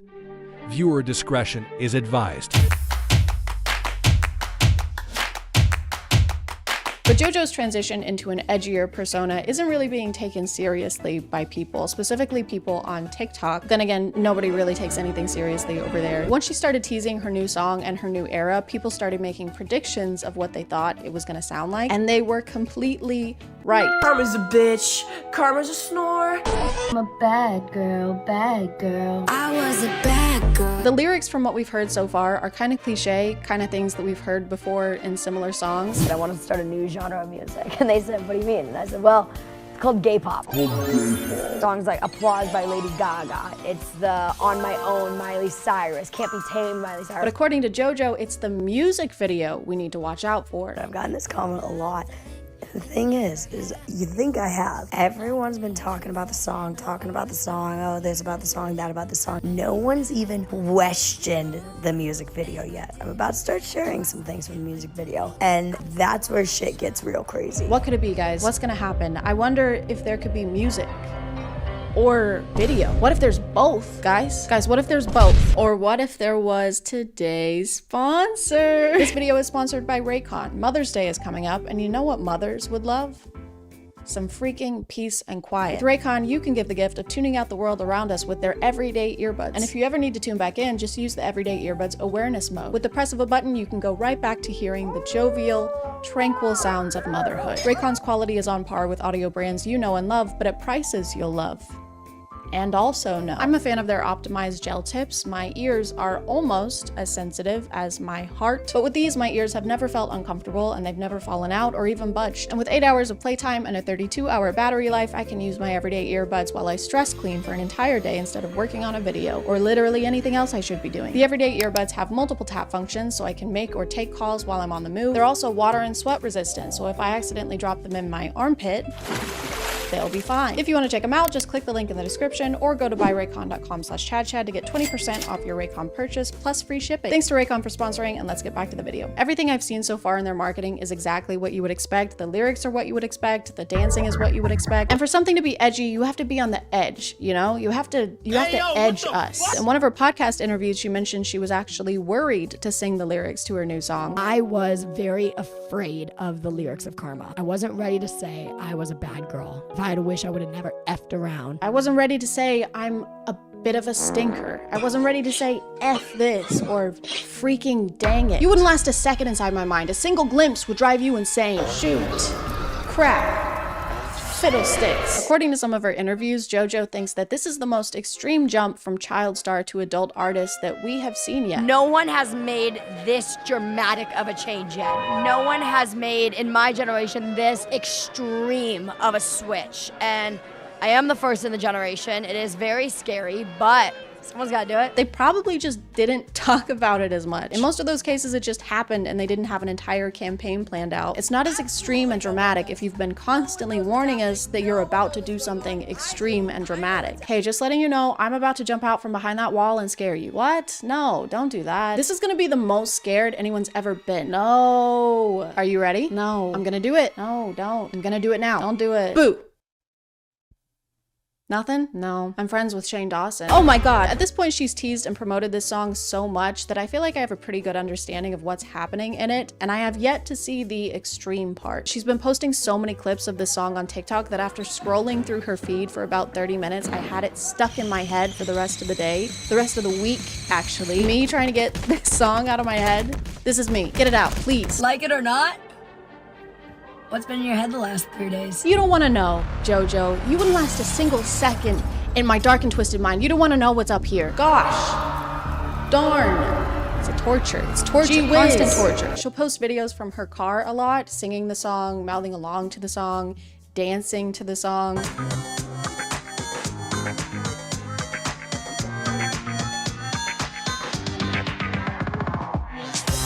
She even got her car wrapped with her face on it to promo her new song, which apparently she's been doing for a while now, even when she's not promoting something. I barely want to see my face at all, much less pay thousands to have it plastered on a Kia Soul. So it's just a waste of money. Stop car wrapping. Sweaty. Knees weak, arms are heavy. There's vomit on his sweater already. I said stop. Mom's spaghetti. I think one of the most controversial things about her new era, though, is the dance for her new song. She's been posting videos of the choreography, and people that are not fans, they don't like it.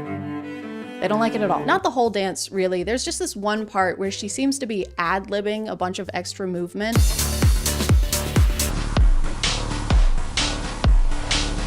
The other dancers don't seem to be doing quite the same dance that JoJo is, but despite the spinal trauma, she can't stop doing the dance. Literally, she'll go through the dance sitting in her car. She'll rehearse the dance after rehearsing for 12 hours. She'll rehearse the dance in bed.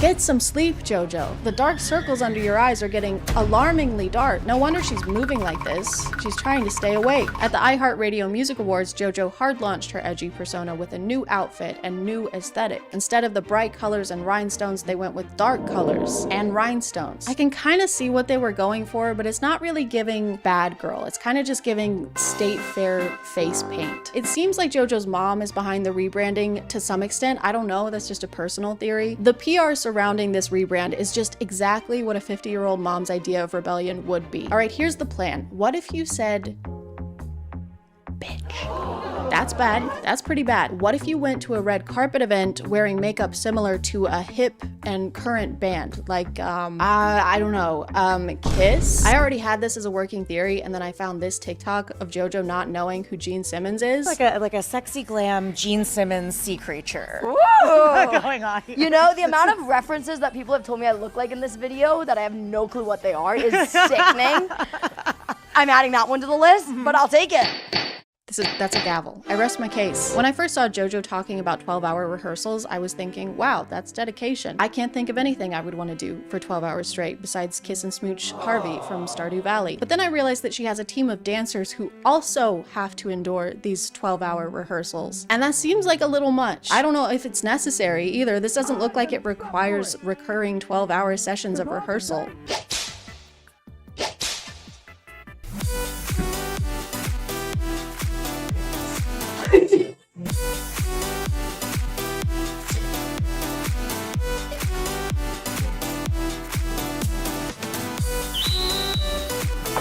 That was close. I'm getting better.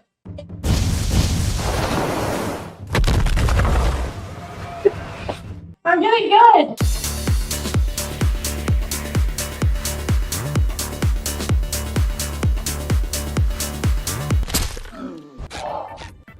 Ah! Oh my God. My knee hurts. Cut the cameras. Shut it down. Call an ambulance. But intense rehearsals are nothing new for JoJo. Apparently, she and her mom started a pop group a while back with 6 young girls. She formed them after herself, kinda, with the bows and rhinestones and bright colors. It's basically like she tried to make 6 versions of herself and put them in a group together, which would make them JoJo's, JoJo's. They went with XOMG Pop. Mine was better. According to one of the members' moms, the conditions were way too intense for young girls. They say the rehearsals were long and physically exhausting, and the Siwas were allegedly trying to get the members to cry for the cameras and pit them against each other. One of the members had chronic health conditions, and days before one of her surgeries was at a rehearsal and started bleeding from her stomach, and Jessica Siwa told her to put a pad on it to keep blood from getting on the costume. The costume isn't the issue, Jessica. There shouldn't be blood at all. This is literally putting a band-aid on the situation. Also, they fired this member and her mom after her mom tried to say something about the condition. So I guess JoJo is telling the truth. She was a bad girl. It's like they're trying to get people riled up and have some kind of reaction about how crazy she's being or how psycho she's acting. They're saying psycho. No one else is saying psycho, just them. They probably think I'm psycho. Valid. I'm sorry. The old JoJo can't come to the phone right now. Why? That bitch is in dreamland. They even orchestrated a paparazzi session as JoJo is leaving a sex store. Oh no, is this me holding a giant penis plushie while decked out in merch promoting my new song coming out on April 5th? I said April 5th, write it down. With the words 18 plus only conveniently hovering above my head? Guys, please. Come on.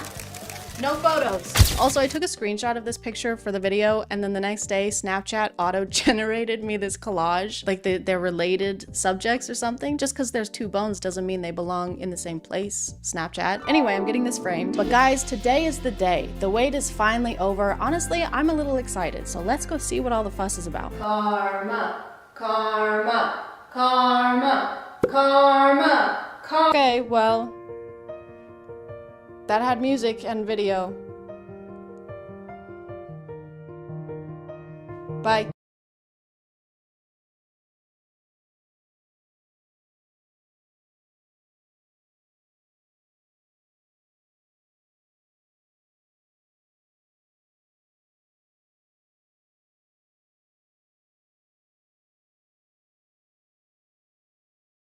Hey guys, and welcome back to My name is ChadChad.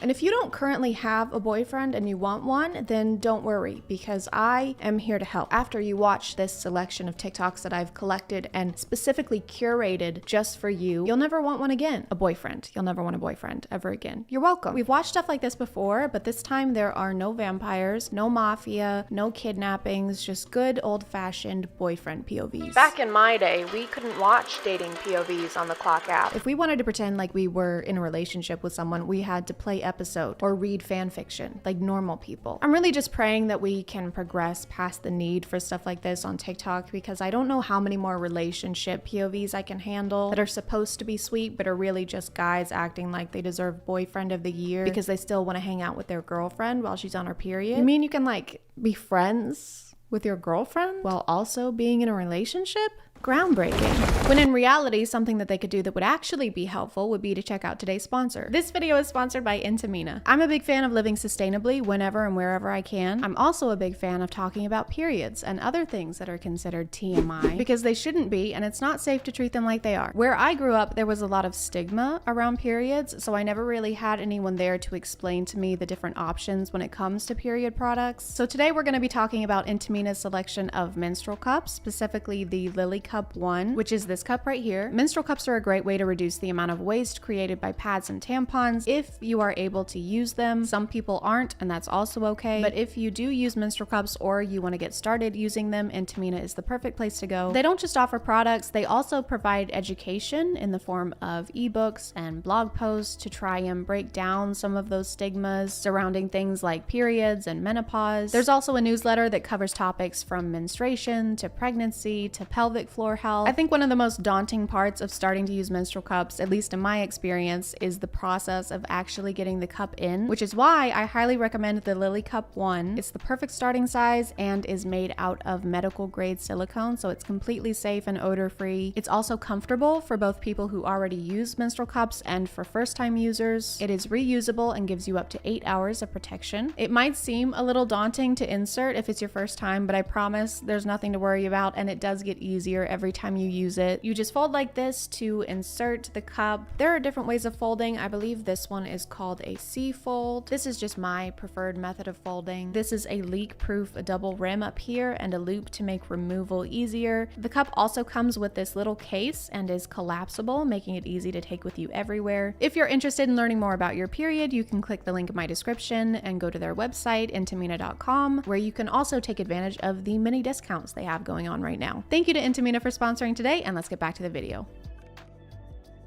Babe, wake up. My boyfriend's coming, you have to hide. Hmm?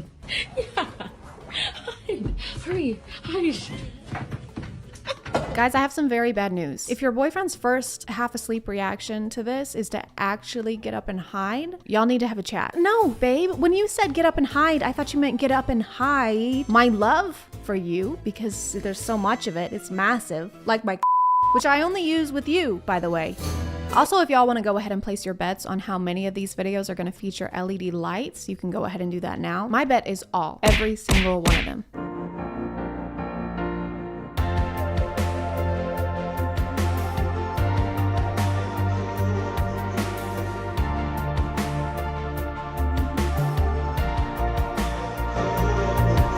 No. Please put down the broccoli. You're not posing for selfies. You're on FaceTime with your grammatically ignorant partner. And why would anyone be made about this anyway? You wouldn't let them off FaceTime long enough for them to get some shut-eye, and now you want to be mad about getting woken up in the morning? We need our 12 hours, Brad. If I was on the other end of this POV, you would barely get an apology. Babe? Oh, hey, babe. Yeah, sorry about that. I was just brushing my teeth. Oh, that's okay. Yeah, so I should probably head out for work soon. Okay. Yeah, I guess I'll talk to you. Is that a cow? Oh yeah, I'm just making a bowl of cereal. You drink whole milk? POV, your back hurts. Wrong. It's not a POV. My back does hurt all the time. I have the spine of an 89-year-old woman who spent her entire life thinking that you're supposed to keep your knees straight while lifting. I blame it on genetics and not the fact that I spend 8+ hours a day like this. I got cold. Some of you were asking where my jacket was from my last couple videos. This is a bathrobe. My mom got it for me like 3 years ago for Christmas. The pocket is falling off.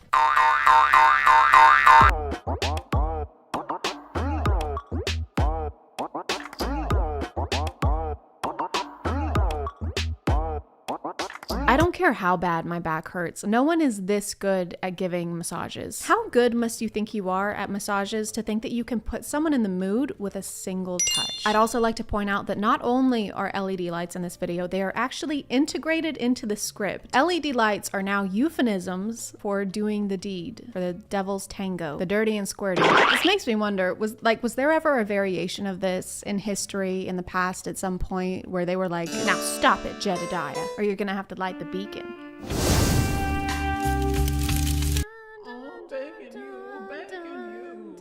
Yeah.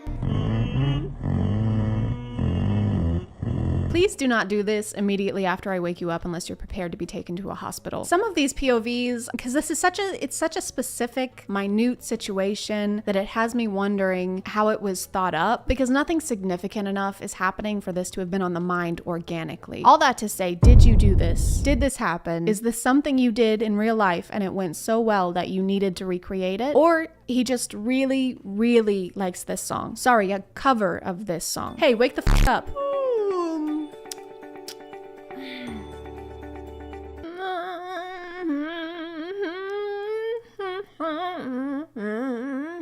What are you doing? This is my favorite song. Copyright and royalty-free office motivational song with guitar? Yeah.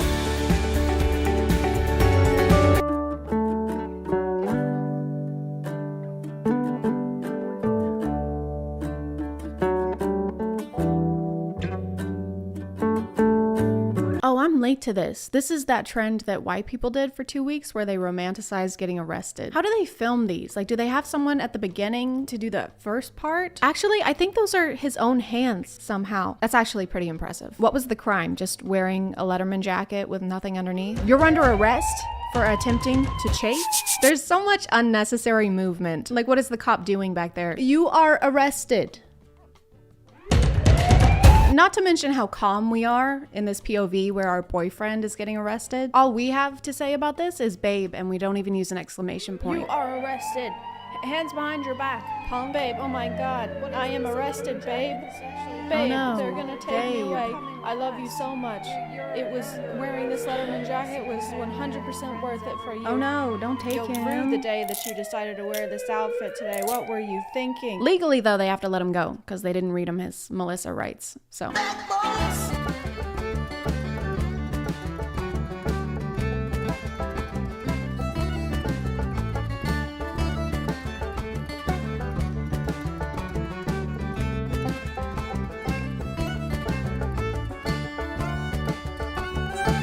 So I feel like you might still have some feelings for your ex. I have a strong suspicion that the next video in this POV series was something like, POV, my girlfriend broke up with me and I have no idea why. Never planned that one day I'd be losing you. Yeah, I mean, we were great together and everything was perfect, and honestly, you were the best girlfriend I've ever had. So sorry. I'm so rude. This is my current girlfriend, Samantha. Hi, Samantha, nice to meet you. She's all right. Anyway, like I was saying, your did be bussin'.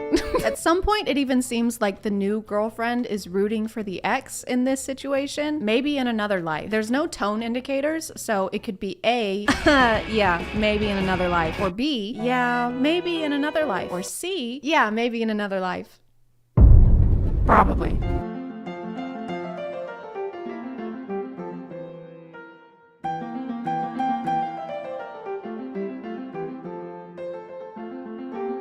Kind of confused by the dynamics in this one. POV, your ex-girlfriend walks in with her new boyfriend, but it kind of seems like it's this guy's ex-girlfriend, not ours, unless this is supposed to be us and this is more of a third person POV. Is that even a thing? I also like how the girlfriend doesn't even notice us until we lightly squeeze her boyfriend's left pectoral muscle. It's just we come across as kind of aggressive and scary, so maybe we weren't the best boyfriend. Just seems like we're the kind of ex that you would be keeping an eye out for and would probably notice, especially since there's no one else in this elevator and we are exactly -2 inches away from her. The caption doesn't seem to be telling us the full story. She walks in with her new boyfriend and then what? What's happening there? Are we gonna fight or are we about to make out? This next one is also in an elevator. I don't know when elevators became like the new standard for TikTok backgrounds. They just all simultaneously started filming POVs in them. I wonder if they all use the same one, this one specifically, because not only is it in fact an elevator, but it also has LED lights, so they don't have to miss out on using that essential staple in their content. It might not even be a real elevator. It might be like that private jet set in LA that influencers use. I just say that because it looks like multiple videos have been made in this room. The smudges on the walls make it look like someone either filmed a getting arrested POV or someone got it on, you know, someone turned the LEDs red. For some reason, TikTok POVers prefer making videos on toxic relationships rather than healthy ones. There's a lot of jealousy, a lot of gaslighting, a lot of toothpicks for some reason, which I don't. When I think charismatic bad boy, I don't really imagine someone picking plaque, but what do I know? For example, one of the popular tropes is to imagine you're in a relationship where your boyfriend doesn't let you talk on the phone.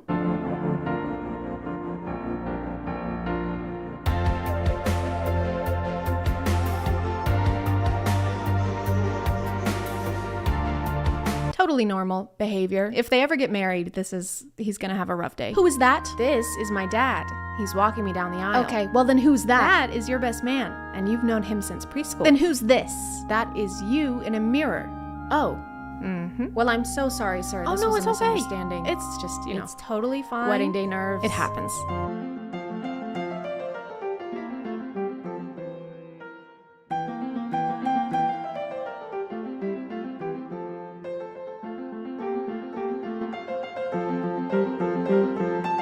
No one has ever done that little investigation to make sure someone is asleep. Oh hey, their hair is perfectly styled and they're wearing jeans and an Apple Watch. They must be in a REM cycle. That's on us in this POV, okay? But we aren't the only ones to blame. Why are you pretending to be asleep? Were you waiting on a one-sided declaration of love, or were you just waiting for them to leave so you can play Fortnite? This all could have been avoided. Maybe next time we just do some extra checking before revealing our deepest secrets. Well, hello, Barbara. Hello, Abigail. How's the restaurant doing? It's fantastic. Thanks to my secret recipe that you'll never know. Right.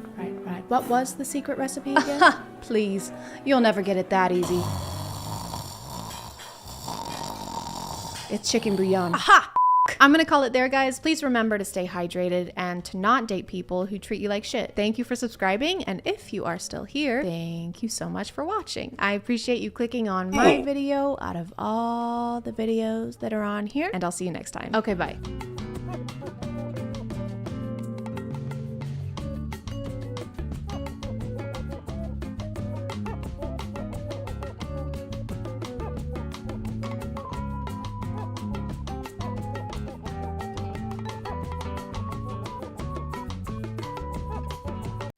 Water, one of the most vital resources on the planet, something that we can't live without, and something that momfluencers can't bear the taste of without 2 pounds of powdered pineapple Fanta mix and heart-shaped ice cubes made of pink lemonade. So it makes sense that something as important as water, something of this magnitude, deserves to be carried in a vessel of the same importance. Something sturdy, something cute, something that retails for up to $60 before tax. So when Stanley Cups started blowing up online, we found that vessel.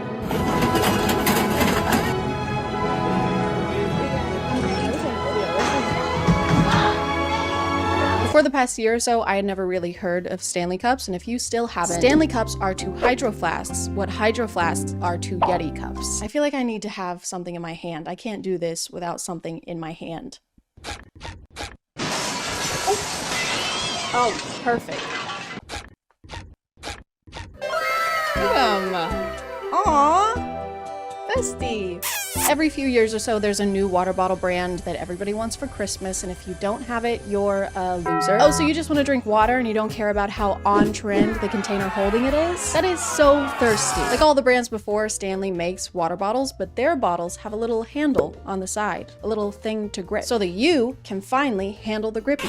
But what people can't handle is Stanley's Valentine's Day collaboration with the poo-poo head company known as Starbucks. The limited edition cups were hot pink instead of Stanley's usual collection, which only has light pink, and we don't want that. We want our grippies hot and pink. To put it simply, people have been losing their gourds over these cups. The release of these cups was like Black Friday for people who know all the lyrics to Lavender Haze. This was the most chaotic thing to happen in like 2 days, which isn't a long time, but this year has been crazy, okay? Gypsy Rose's husband has a big dick. And that's something I know now. There were literally people camping out in Target parking lots at 3, 4 in the morning just waiting for them to open so that they could storm the display like they were in the battle at Helm's Deep. There was one person who fell mid-sprint and no one even checked on her. No one cared. They all just turned on her. One of you will betray me come the morn. No. We would never do that. I would never ever do that for only 30 pieces of silver and a hot pink Stanley Cup. They made a pink one? Well, hang on. I mean, why wait until morning? Guys, he's in here. No, wait, that's not. Sorry, man, they're BPA free. What? Yeah, come on, don't be cross. Judas. But someone who would never betray you is today's sponsor. This video is sponsored by Care Of. One of the reasons I've never been able to keep up with a vitamin routine is all the time you have to put into finding each individual one. You get one here and one there, and then when they run out, you have to do it again. Well, not anymore, you don't, because Care Of offers a curated vitamin routine based off your specific goals and lifestyle. You take a quiz for a few minutes, and Care Of sends your specialized products every month in a counter-friendly box with your daily vitamins already zipped in this little bag, so you literally just have to grab it and go. It makes it way easier to take them every day, but if you need an extra reminder, just download their free app where you can set up and track your routine goals, whether it's getting enough protein or going outside. Yeah, that's right. Go touch grass. Based on my quiz, I've been taking iron and keratin because my hair still hasn't forgiven me for last year. I've also been trying this collagen because my skin gets way worse in the winter. But this stuff is great. It's unflavored, and I mean actually unflavored, so I can just mix it into water and then ta-da! Take that winter. Checkmate. If you want to check them out, just use the QR code here or click the link in the description and use code ChadChad for 50% off your first order at Care Of. Thank you to Care Of for sponsoring, and let's get back to the video. But the funny thing about people running through Target like this is that I can almost guarantee that every one of them already has a Stanley Cup. There are people who collect Stanley Cups like Pokemon cards. I've talked a little about skincare on TikTok and how people will have ridiculous amounts of skincare products that no one person would ever need. Some people do the same thing with Stanley Cups. They'll have cabinets dedicated to Stanley Cups or walls with shelves crammed full of them in every possible color to go with their different outfits. There are at least 32 cups in this picture. One person does not need that many cups. I've heard 2 girls only need 1 cup. I heard that somewhere. The Valentine's Day tumblers were $45 and they had other ones for less money, like the shorter ones, but nobody cares about those for some reason. No one cares about the short kings, even in drinkware. Shame on y'all. After all this crazy stuff went down, Target had to start making systems to try and avoid the chaos. In a lot of videos, they sell out in literal minutes.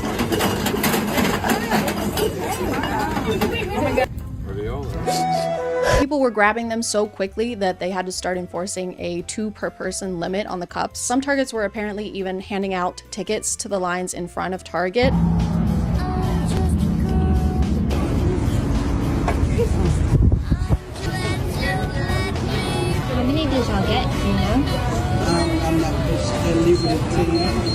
And if you didn't get handed a ticket, you can't buy a cup. Like, there's no point in you even going to the display if you don't have this ticket. You basically have to win the lottery to buy one of these cups. Actually, it's not even like winning the lottery. It's like having to win a lottery just to be able to buy a ticket to win the lottery. Hey man, how's it going? Can I get the Powerball? You got a ticket? Not yet. No, it's the Powerball. You gotta have a ticket to buy a ticket, okay? I don't care how powerful your balls are. Some stores had cops guarding the display, and you might be thinking that's kind of overkill. It's not like anyone's doing anything illegal. Think again. Think twice. Think.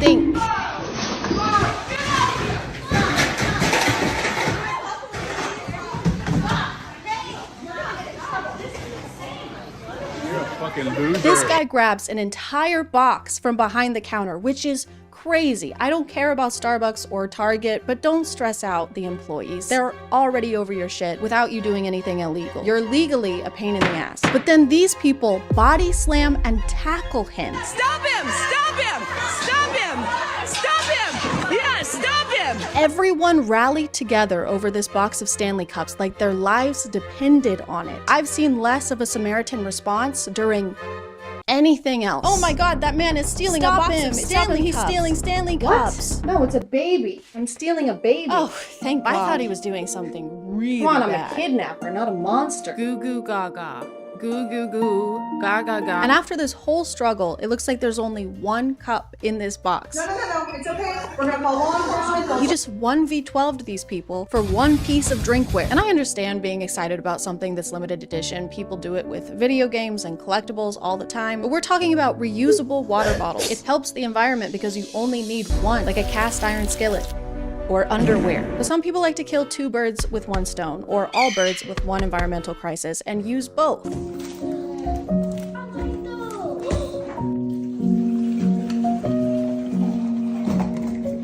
On the bright side, this is more efficient. This way, the plastic will end up in the ocean faster. Time is money. Money is Stanley cups. My leg itches and my hand is sweaty. This is just insulting because if you're gonna use plastic water bottles, at least use them. The environmental impact can't be for naught. Verily, unless they can't drink their water, this is completely pointless and just adds an extra step. I just created matches so that we don't have to use rocks to make fires anymore. Amazing, that makes things easier and better.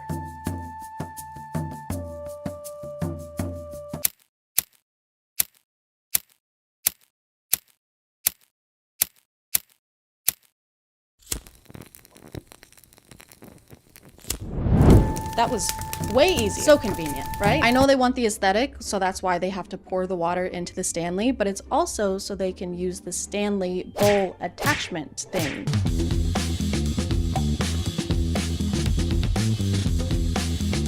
There's already a container to drink the water from, and there are already bowls. If anything, this is just taking a bowl and putting it on something precarious that your kid's knee is gonna knock out in 2.5 seconds. And if you take too many grapes from one side, the whole thing will topple over. This is like putting your toddler's food on top of a Jenga tower. And that's another thing about Stanleys is that people like to make accessories for them, which if you take into account the people who think of these as accessories and buy different colors to go with their outfits, this is accessorizing an accessory.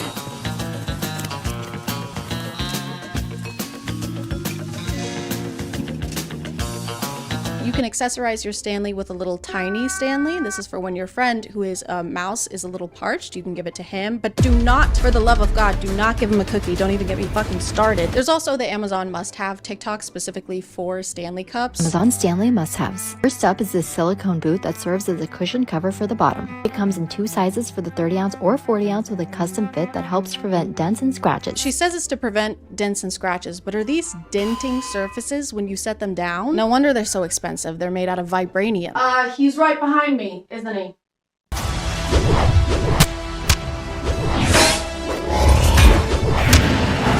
You can also buy clothes and purses for your Stanley. This carrier is another favorite, especially if you like to bring your Stanley on the go. It secures around the cup with Velcro for a nice snug fit. This pouch that's designed to strap onto Stanleys so you can keep a few of your important belongings like a cell phone, key fob, and card holder all together. It kind of seems like a water bottle isn't what you want. You would like a doll, like a Barbie or an American Girl doll. These are probably as expensive as American Girl dolls, which is really hard to be. And this is fine. Some of these are cute. I'm not gonna pretend that they're not, but what isn't cute is whatever this is. The packaging was so cute, I had to get it laminated. Then I rolled it up and tied it with a scrunchie, added some glue dots to the back. Now I can use my tumbler without messing up the label. You just laminated garbage. We don't need ways to make trash last longer. Biodegradable.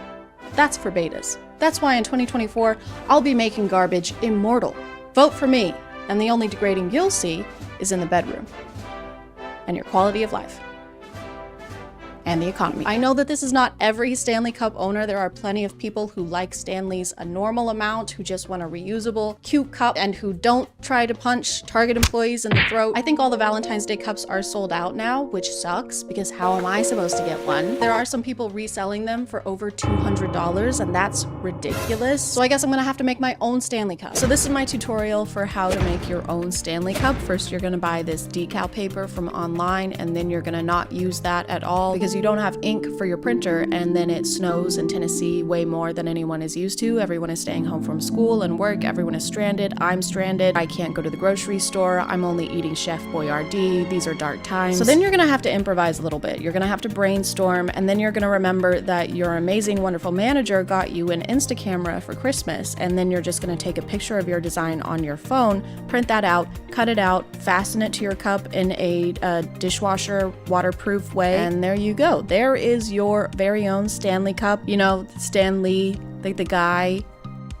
laugh, then you're gonna test it out. You can take it with you places as long as you don't go any places because you're stranded. And I know what you're thinking. You're thinking there's no lid and so it's not gonna be spill proof, but that's actually not factual at all. It is spill proof. Whatever fun things you're up to, you can take it with you. It's just that kind of cup where it's kind of like a companion. It's kind of sentient. It's like its own being. Sometimes it speaks to you, it talks to you, it whispers in your ear at night. You can take it with you when you go sledding in the snow, or you could if you had the fun kind of snow and not the kind of snow that's just sinks down every time you step on it. But the Stanley Cup finds a way. There is always a way to have fun with a Stanley Cup, with this Stanley Cup that you made. So yeah, if you happen to have all these ingredients laying around your house, highly recommend making your own Stanley Cup. That's about gonna do it for me. Send help, reinforcements, send food that doesn't come in a can, send those things from the Hunger Games that the sponsors just send help. I'm gonna call it there, guys. Thank you for subscribing, and if you are still here, thank you so much for watching. I appreciate you clicking on my video out of all the videos that are on here, and I'll see you next time. Okay, bye.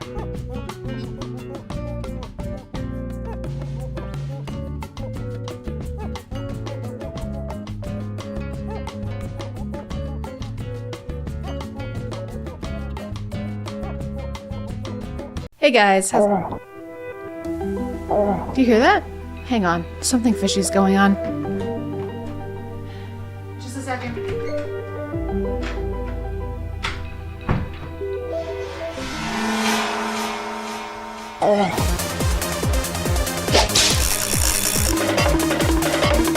A clean job. My name is ChadChad. And today we're gonna talk about conspiracies. Is the Earth flat? Was the moon landing faked? Is Florida a real place? These are just a number of things that we may never know the answer to. Whenever something happens to people that we think is weird or we can't really explain, we like to make it up because conspiracies are like hemorrhoids. We all got them, right? I think we all have hemorrhoids, okay? When I was a kid, I had a theory that all of my toys could walk around and even talk to each other. And it turns out I was a really stupid kid. But the thing about conspiracies is that you can't be wrong. If you say that you think the sky is actually red and orange, which it probably will be soon, no one can tell you that you're wrong. Conspiracies are kind of like lying, but without the consequences. Unless you're a big fan of conspiracies and you disagree with what I just said, in which case what I just said was a conspiracy. The internet has led to an endless sea of theories. The butterfly effect, the Mandalorian effect, the Mass effect, and we're sick of those. There were literal UFOs flying around last week and nobody cared. We're tired of aliens. Alien? How about Ali out? Boo!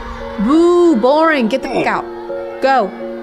Leave. The best thing about TikTok and the worst thing about TikTok is that everyone has an opinion. So now that sea of theories, a conspiracy, if you will, has become a bigger, more confusing sea. I don't know if this is a conspiracy or not, but I heard there were a myriad of robots. The researchers were realizing that these things were getting way too smart. One of them somehow wasn't fully disabled, connects to a f***ing satellite, reassembles itself, starts telling its counterparts how to reassemble itself. The researchers come back in and these things killed all of them. They claimed like 15 or 20 lives before they were able to be dismantled and turned off by authorities, right? Have you guys heard of this new conspiracy? It's called something. It's Avengers Age of Ultron. I'm not sure why, but the person listening to this thinks it's hilarious. They claimed like 15 or 20 lives before they were able to be dismantled and turned off by authorities, right? It doesn't really match the tone of the story. And then the murderous robots burst through the door and slaughtered all of them. I know.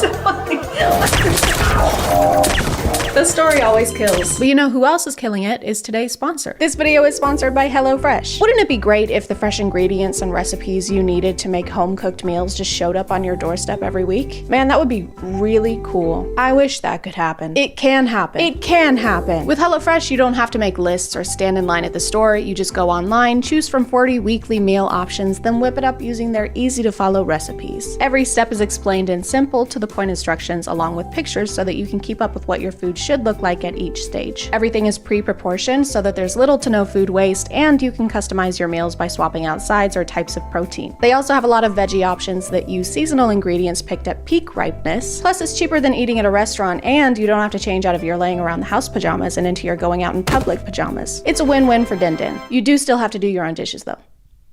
Or don't. I'm not your mom. If you want to check them out, just go to HelloFresh.com and use code ChadChad60 for 60% off plus free shipping. Again, that's ChadChad60 for 60% off at HelloFresh.com. Thanks to HelloFresh for sponsoring today, and let's get back to the video. Now that we've moved on from aliens, we finally have time to talk about more interesting things, like doors. If giants aren't real, who built this and why?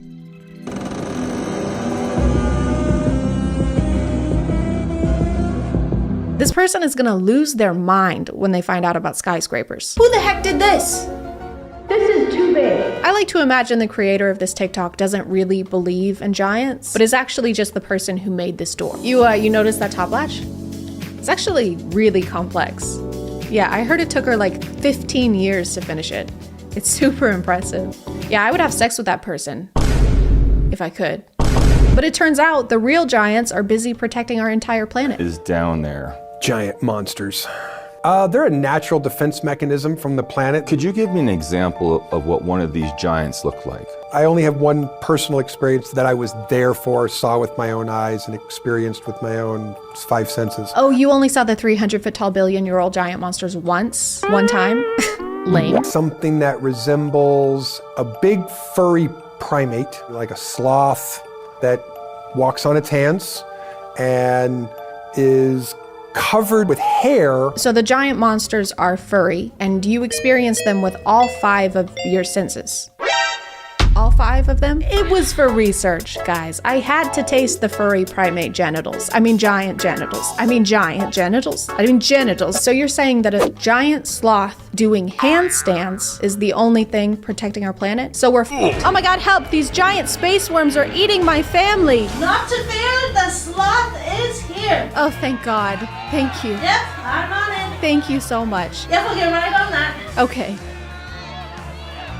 When? Just give me a second, God. If you take a picture of a $1 bill, on the back, it looks like an alien. Yeah. Yeah, I saw that. Yeah, you actually, well, you turn the contrast all the way up. The contrast reveals an alien head and the face, the eyes, everything. It's kind of genius. Did you know that if you completely change the physical appearance of something, the physical appearance of that thing completely changes? This is like the opposite of those zoom enhanced tropes in FBI shows. We got a shot of their plates. Put it on screen. Huh, zoom out.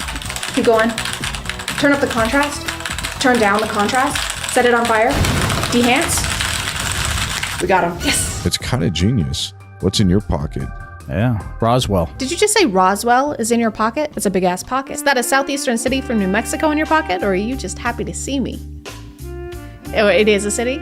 Okay. What I hate about a lot of conspiracy TikToks is that sometimes they'll forget to include the conspiracy part. Because let's say that yes, if you mess with a $1 bill, it does look like an alien. But then what? That's not a theory. Are you implying that aliens live inside $1 bills like little hermit crabs? Or are you implying that the government is run by aliens? Because that's ridiculous. Everyone already knows that. Okay, so here's a $1 bill. I'm gonna see if we can find the alien that lives inside of it. Oh my God, you guys, look at that. Guys, they live among us. This video has been going around on social media of a man who found a mosquito with the number 38 printed on its body. And then the next day he found another one with a different number printed on its body. And of course, there's been a conspiracy. Maybe the mosquito is just like getting tattoos. Did you think of that? What, because they're parasites, they aren't allowed to express themselves? Plenty of parasites have tattoos. Just look at Jeffree Star. I'm not a scientist, but I feel like this is a pretty common thing. We also track like bees and lobsters. We just put numbers on them so we can track their every move and study their behaviors and see where they are and what they're doing. Spy on them without their knowledge. And I think that, guys, I think we're the aliens. The mosquitoes probably have documentaries about us.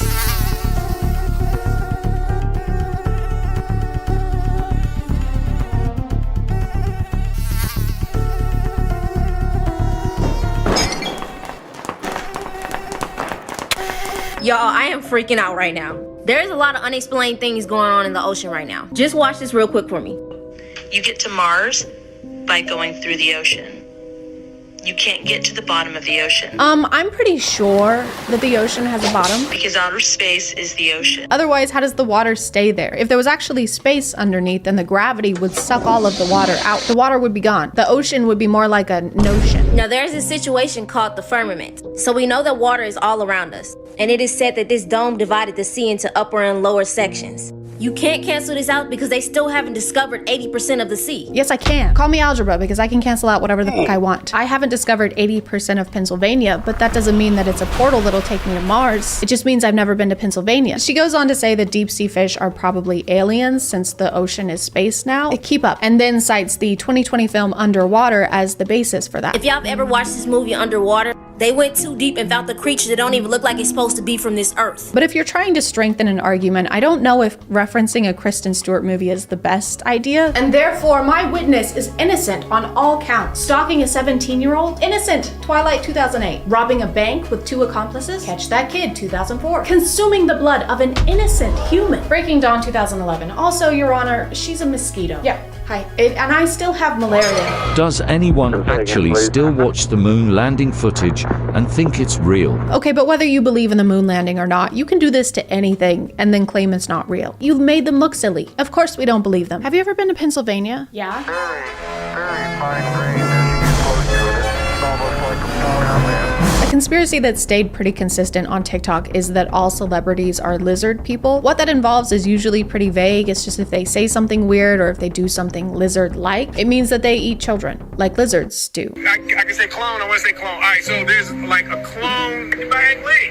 Right. When it comes out, let's get a selfie real quick. Let's hop in for a selfie. Of course, it's shown through the form of joking to make the average mind automatically assume it's a joke, even though it was never stated to be a joke or a lie. Reverse psychology. I don't think this is reverse psychology. Reverse psychology would be if Will Smith posted a TikTok like, hey guys, just want to let you know I am a reptilian shapeshifter. It's true. All of your theories are correct. I can control minds. Well, in fact, I'm doing it right now. Do not watch Gemini Man in theaters December 11th, 2019. That would be a terrible idea. In fact, I forbid you from seeing it. That is the worst thing you can do. If you leave your house on that day, you will die. I will kill you. These are disturbing facts about the Teletubbies. When I was little, I loved the Teletubbies, but looking back, it was pretty creepy. The giant sun in the sky that has a baby's face, and the fact that their mom is a vacuum cleaner, and there are some conspiracies that think that the baby sun in the sky is actually a demon. And that the mom vacuum cleaner is actually one of Satan's helpers. That part is true. My cat also thinks that the vacuum cleaner is Satan's helper. I don't understand why out of all the shows from the 90s, the Teletubbies is the one we're worried about. Why? Because they're 10 feet tall and have Furby eyes? Giant suits made out of felt was just the formula for shows in the 90s, like Barney the Purple Dinosaur, aka the world's first furry. And do you remember Big Bird? That was 1000% a demon. What if we have a giant bird with dead eyes and a gaping mouth teach kids about the US Census? It'll be fun. How many people live in your home? Have you heard about the dark conspiracy theory that surrounds the Teletubbies? Well, it's false. First piece of evidence is that they have a female voice that seems to come from the ground, always telling them what to do. Like, who the f does she think she is? And what's underground? I don't think anyone who made a conspiracy TikTok about the Teletubbies actually watched an episode of the Teletubbies first. All they do is eat toast and pudding and splash around in puddles. And the demon voice in the pipe, when it comes out of the ground, it makes a continuous wet fart sound. What's that, Satan? You want me to eat breakfast foods and frolic around in a field of flowers with 3 of my closest friends? Satan, that sounds like shit. I actually did watch an episode of Teletubbies for this video, and it was kind of weird. It wasn't really how I remembered it being, but here, I'll just show you.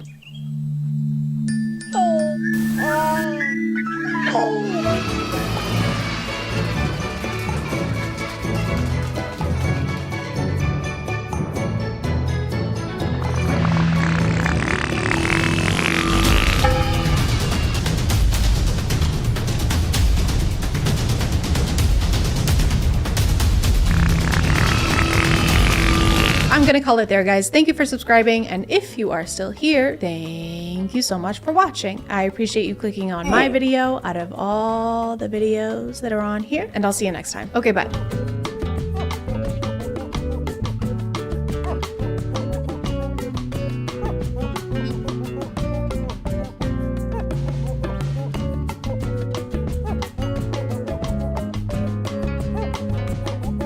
Oh man, which of these perfumes do I use? I don't know anything about smelling good. If only there was a Polish media personality and businessman who licks bottles here to give me advice. Power! Oh my god, it's a Polish media personality and businessman who licks bottles here to give me advice. Yay! This is a good thing that's happening right now. Hey guys, do you like smelling things? Do you like getting sprayed on your skin with a liquid and then sniffing that liquid and going, top-notch liquid? Then you're gonna love Jeremy Fragrance. Jeremy is not a new phenomenon. He's been on the internet way longer than I have. He's been reacted to and discussed before because people can't quite comprehend him as a person or why he does the things that he does. Jeremy Fragrance started out on YouTube as a cologne connoisseur, not a colon connoisseur. He doesn't know shit. And in the beginning, he seemed to be actually helpful. He would review colognes and compare them. Sometimes he would poll people in real life to see which one they preferred. He was literally conducting field research for noses. He had this suave, confident aura and was always wearing a freshly pressed suit. And most importantly, he only talked about fragrances. Oat milk is the most similar to mother's milk. It smells so gorgeous. Oh, yeah! Which makes it very convenient that his real and legal name is Jeremy Fragrance. That's such a coincidence. That's like if my name was Flawless Body and Skin and Hair and Personality, because I'm an expert in all of those things. Skip forward a few years to 2024, or don't do it. It's worse here. And recently it's been a little harder to get Jeremy to stay on topic. He does still talk about fragrances every now and then, but not as much as he does things like this.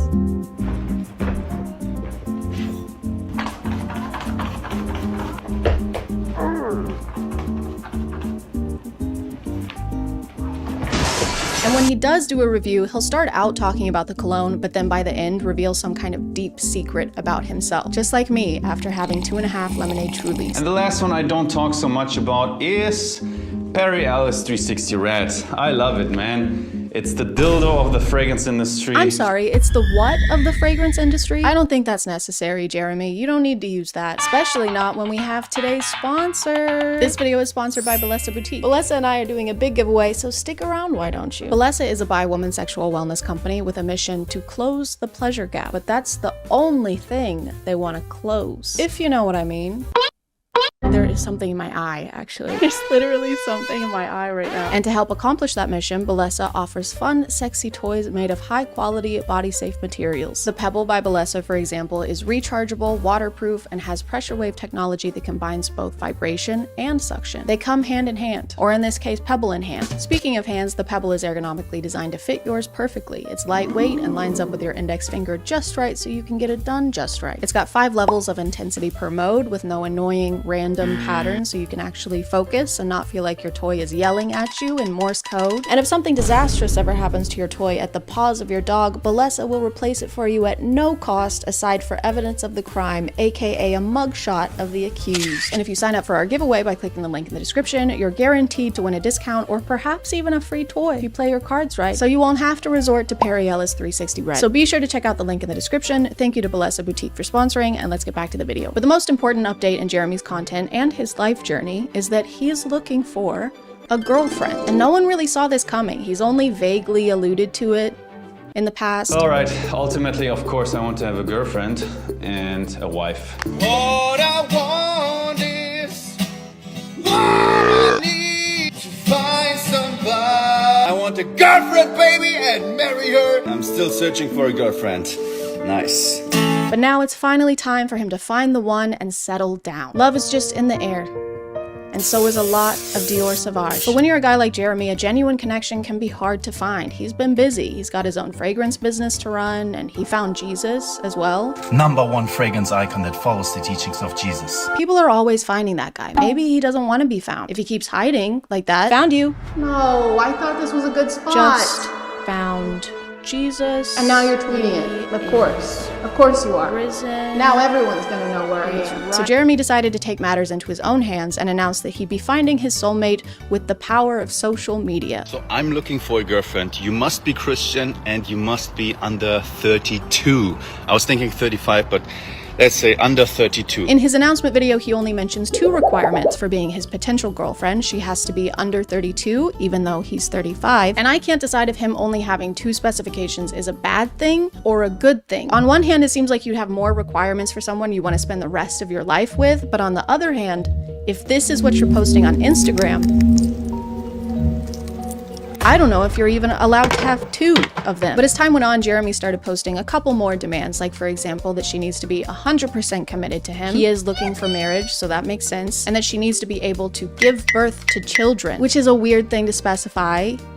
What else is she gonna give birth to? Congratulations, Mr. Fragrance. The baby's here? Uh-huh. You've got a healthy 1.7 ounces of perfume on your hands. No!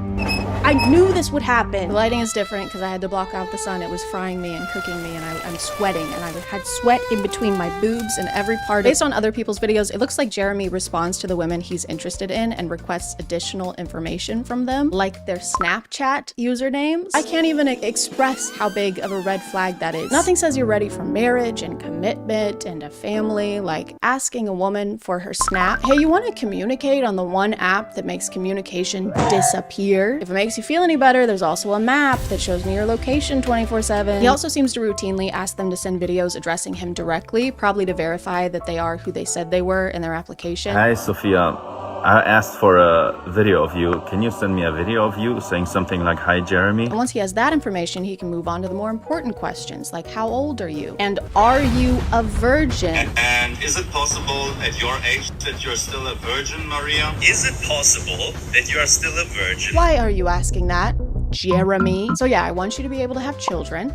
I also want you to have zero knowledge about the thing that creates children. The only way this would be appropriate for him to ask is if he is a virgin in his mid-30s. He just wants to make sure he's using skill-based matchmaking. They've got to be on the same level. 0. Hey, do you know what you're doing? No. Good, because I fucking don't either. The way he phrases the question too somehow makes it even worse. Is it possible that at your age, 30-ish, right, that you have remained pure of soul and body? Kinda weird if you haven't, says me. I'm saying that. Me, the guy who engages in sexual activities with cologne bottles. In this one, he even takes a dig at this woman's appearance. Hey, pretty woman with the intense teeth. Intense teeth? Jeremy, you have incense teeth. This is frankincense, and I will eat a bit of this. You have no room to talk, literally, because your mouth is so full of things that you're not supposed to put in your mouth. And I really wish it was, but this isn't even the worst thing he sent to someone on Snapchat. I gotta interrupt your video. I got totally a boner seeing your face and seeing you talk.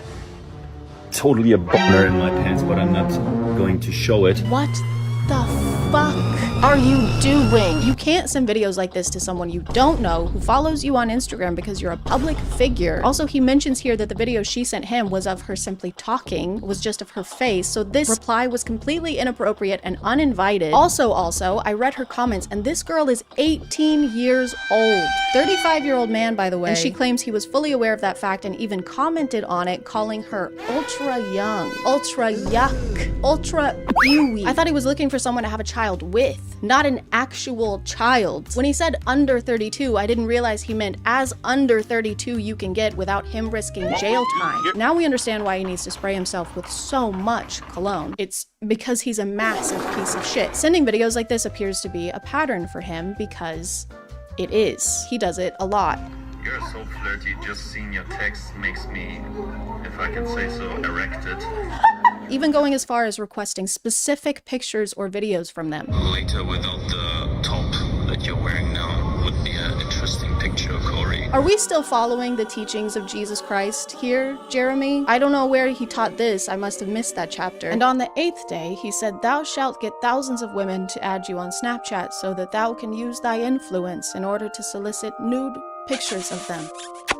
Amen. And these are just the cases of him doing this that people have posted, so it's very likely that he does this all the time. But he's looking for a committed woman, guys. He said so. He said it's great when woman is dedicated to man, so that he can be dedicated to aging like a fragrant, skinned, unrefrigerated avocado. It seems like he's always been kind of weird with women based on the fan interaction videos he posts. Jeremy runs into fans a lot. It's almost like he's the one seeking them out. His thing when he runs into them is to try and guess what kind of fragrance they're wearing, and when it's a guy, it's a pretty normal interaction, but when it's not, he feels the need to make some kind of comment on their physical appearance. Wow, what a woman. Very attractive woman.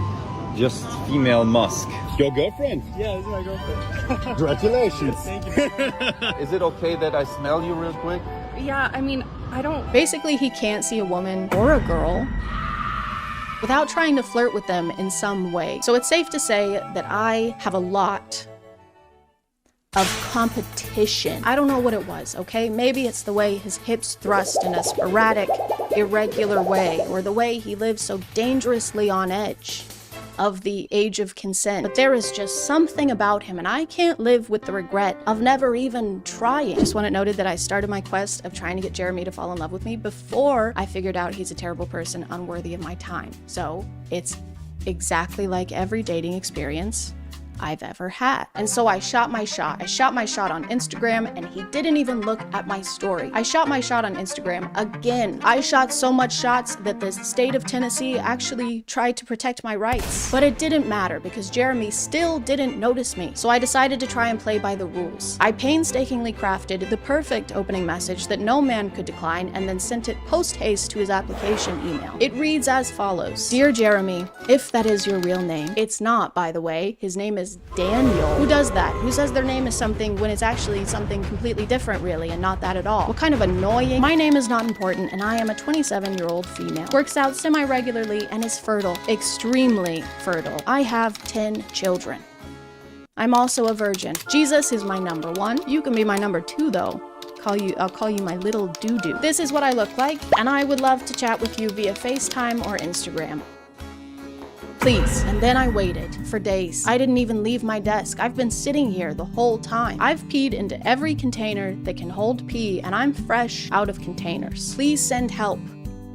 Or Tupperware. But even after all my efforts, Jeremy didn't respond. What was I doing wrong? I checked all of his boxes. I even gave him a cute nickname. It's cute. It's adorable. The next morning, to my dismay, I saw this on Jeremy's Instagram. Who is that? That should be me. That should be my hand being awkwardly put on his face. That should be my foot being awkwardly put on his face. I felt defeated and relieved. Heartbroken. Mostly relieved. But I'll never stop trying. I'll never stop imagining the future we could have had. I'll never forget. I'm giving up. I'm not trying to get his attention anymore. Oh. I don't want to date him.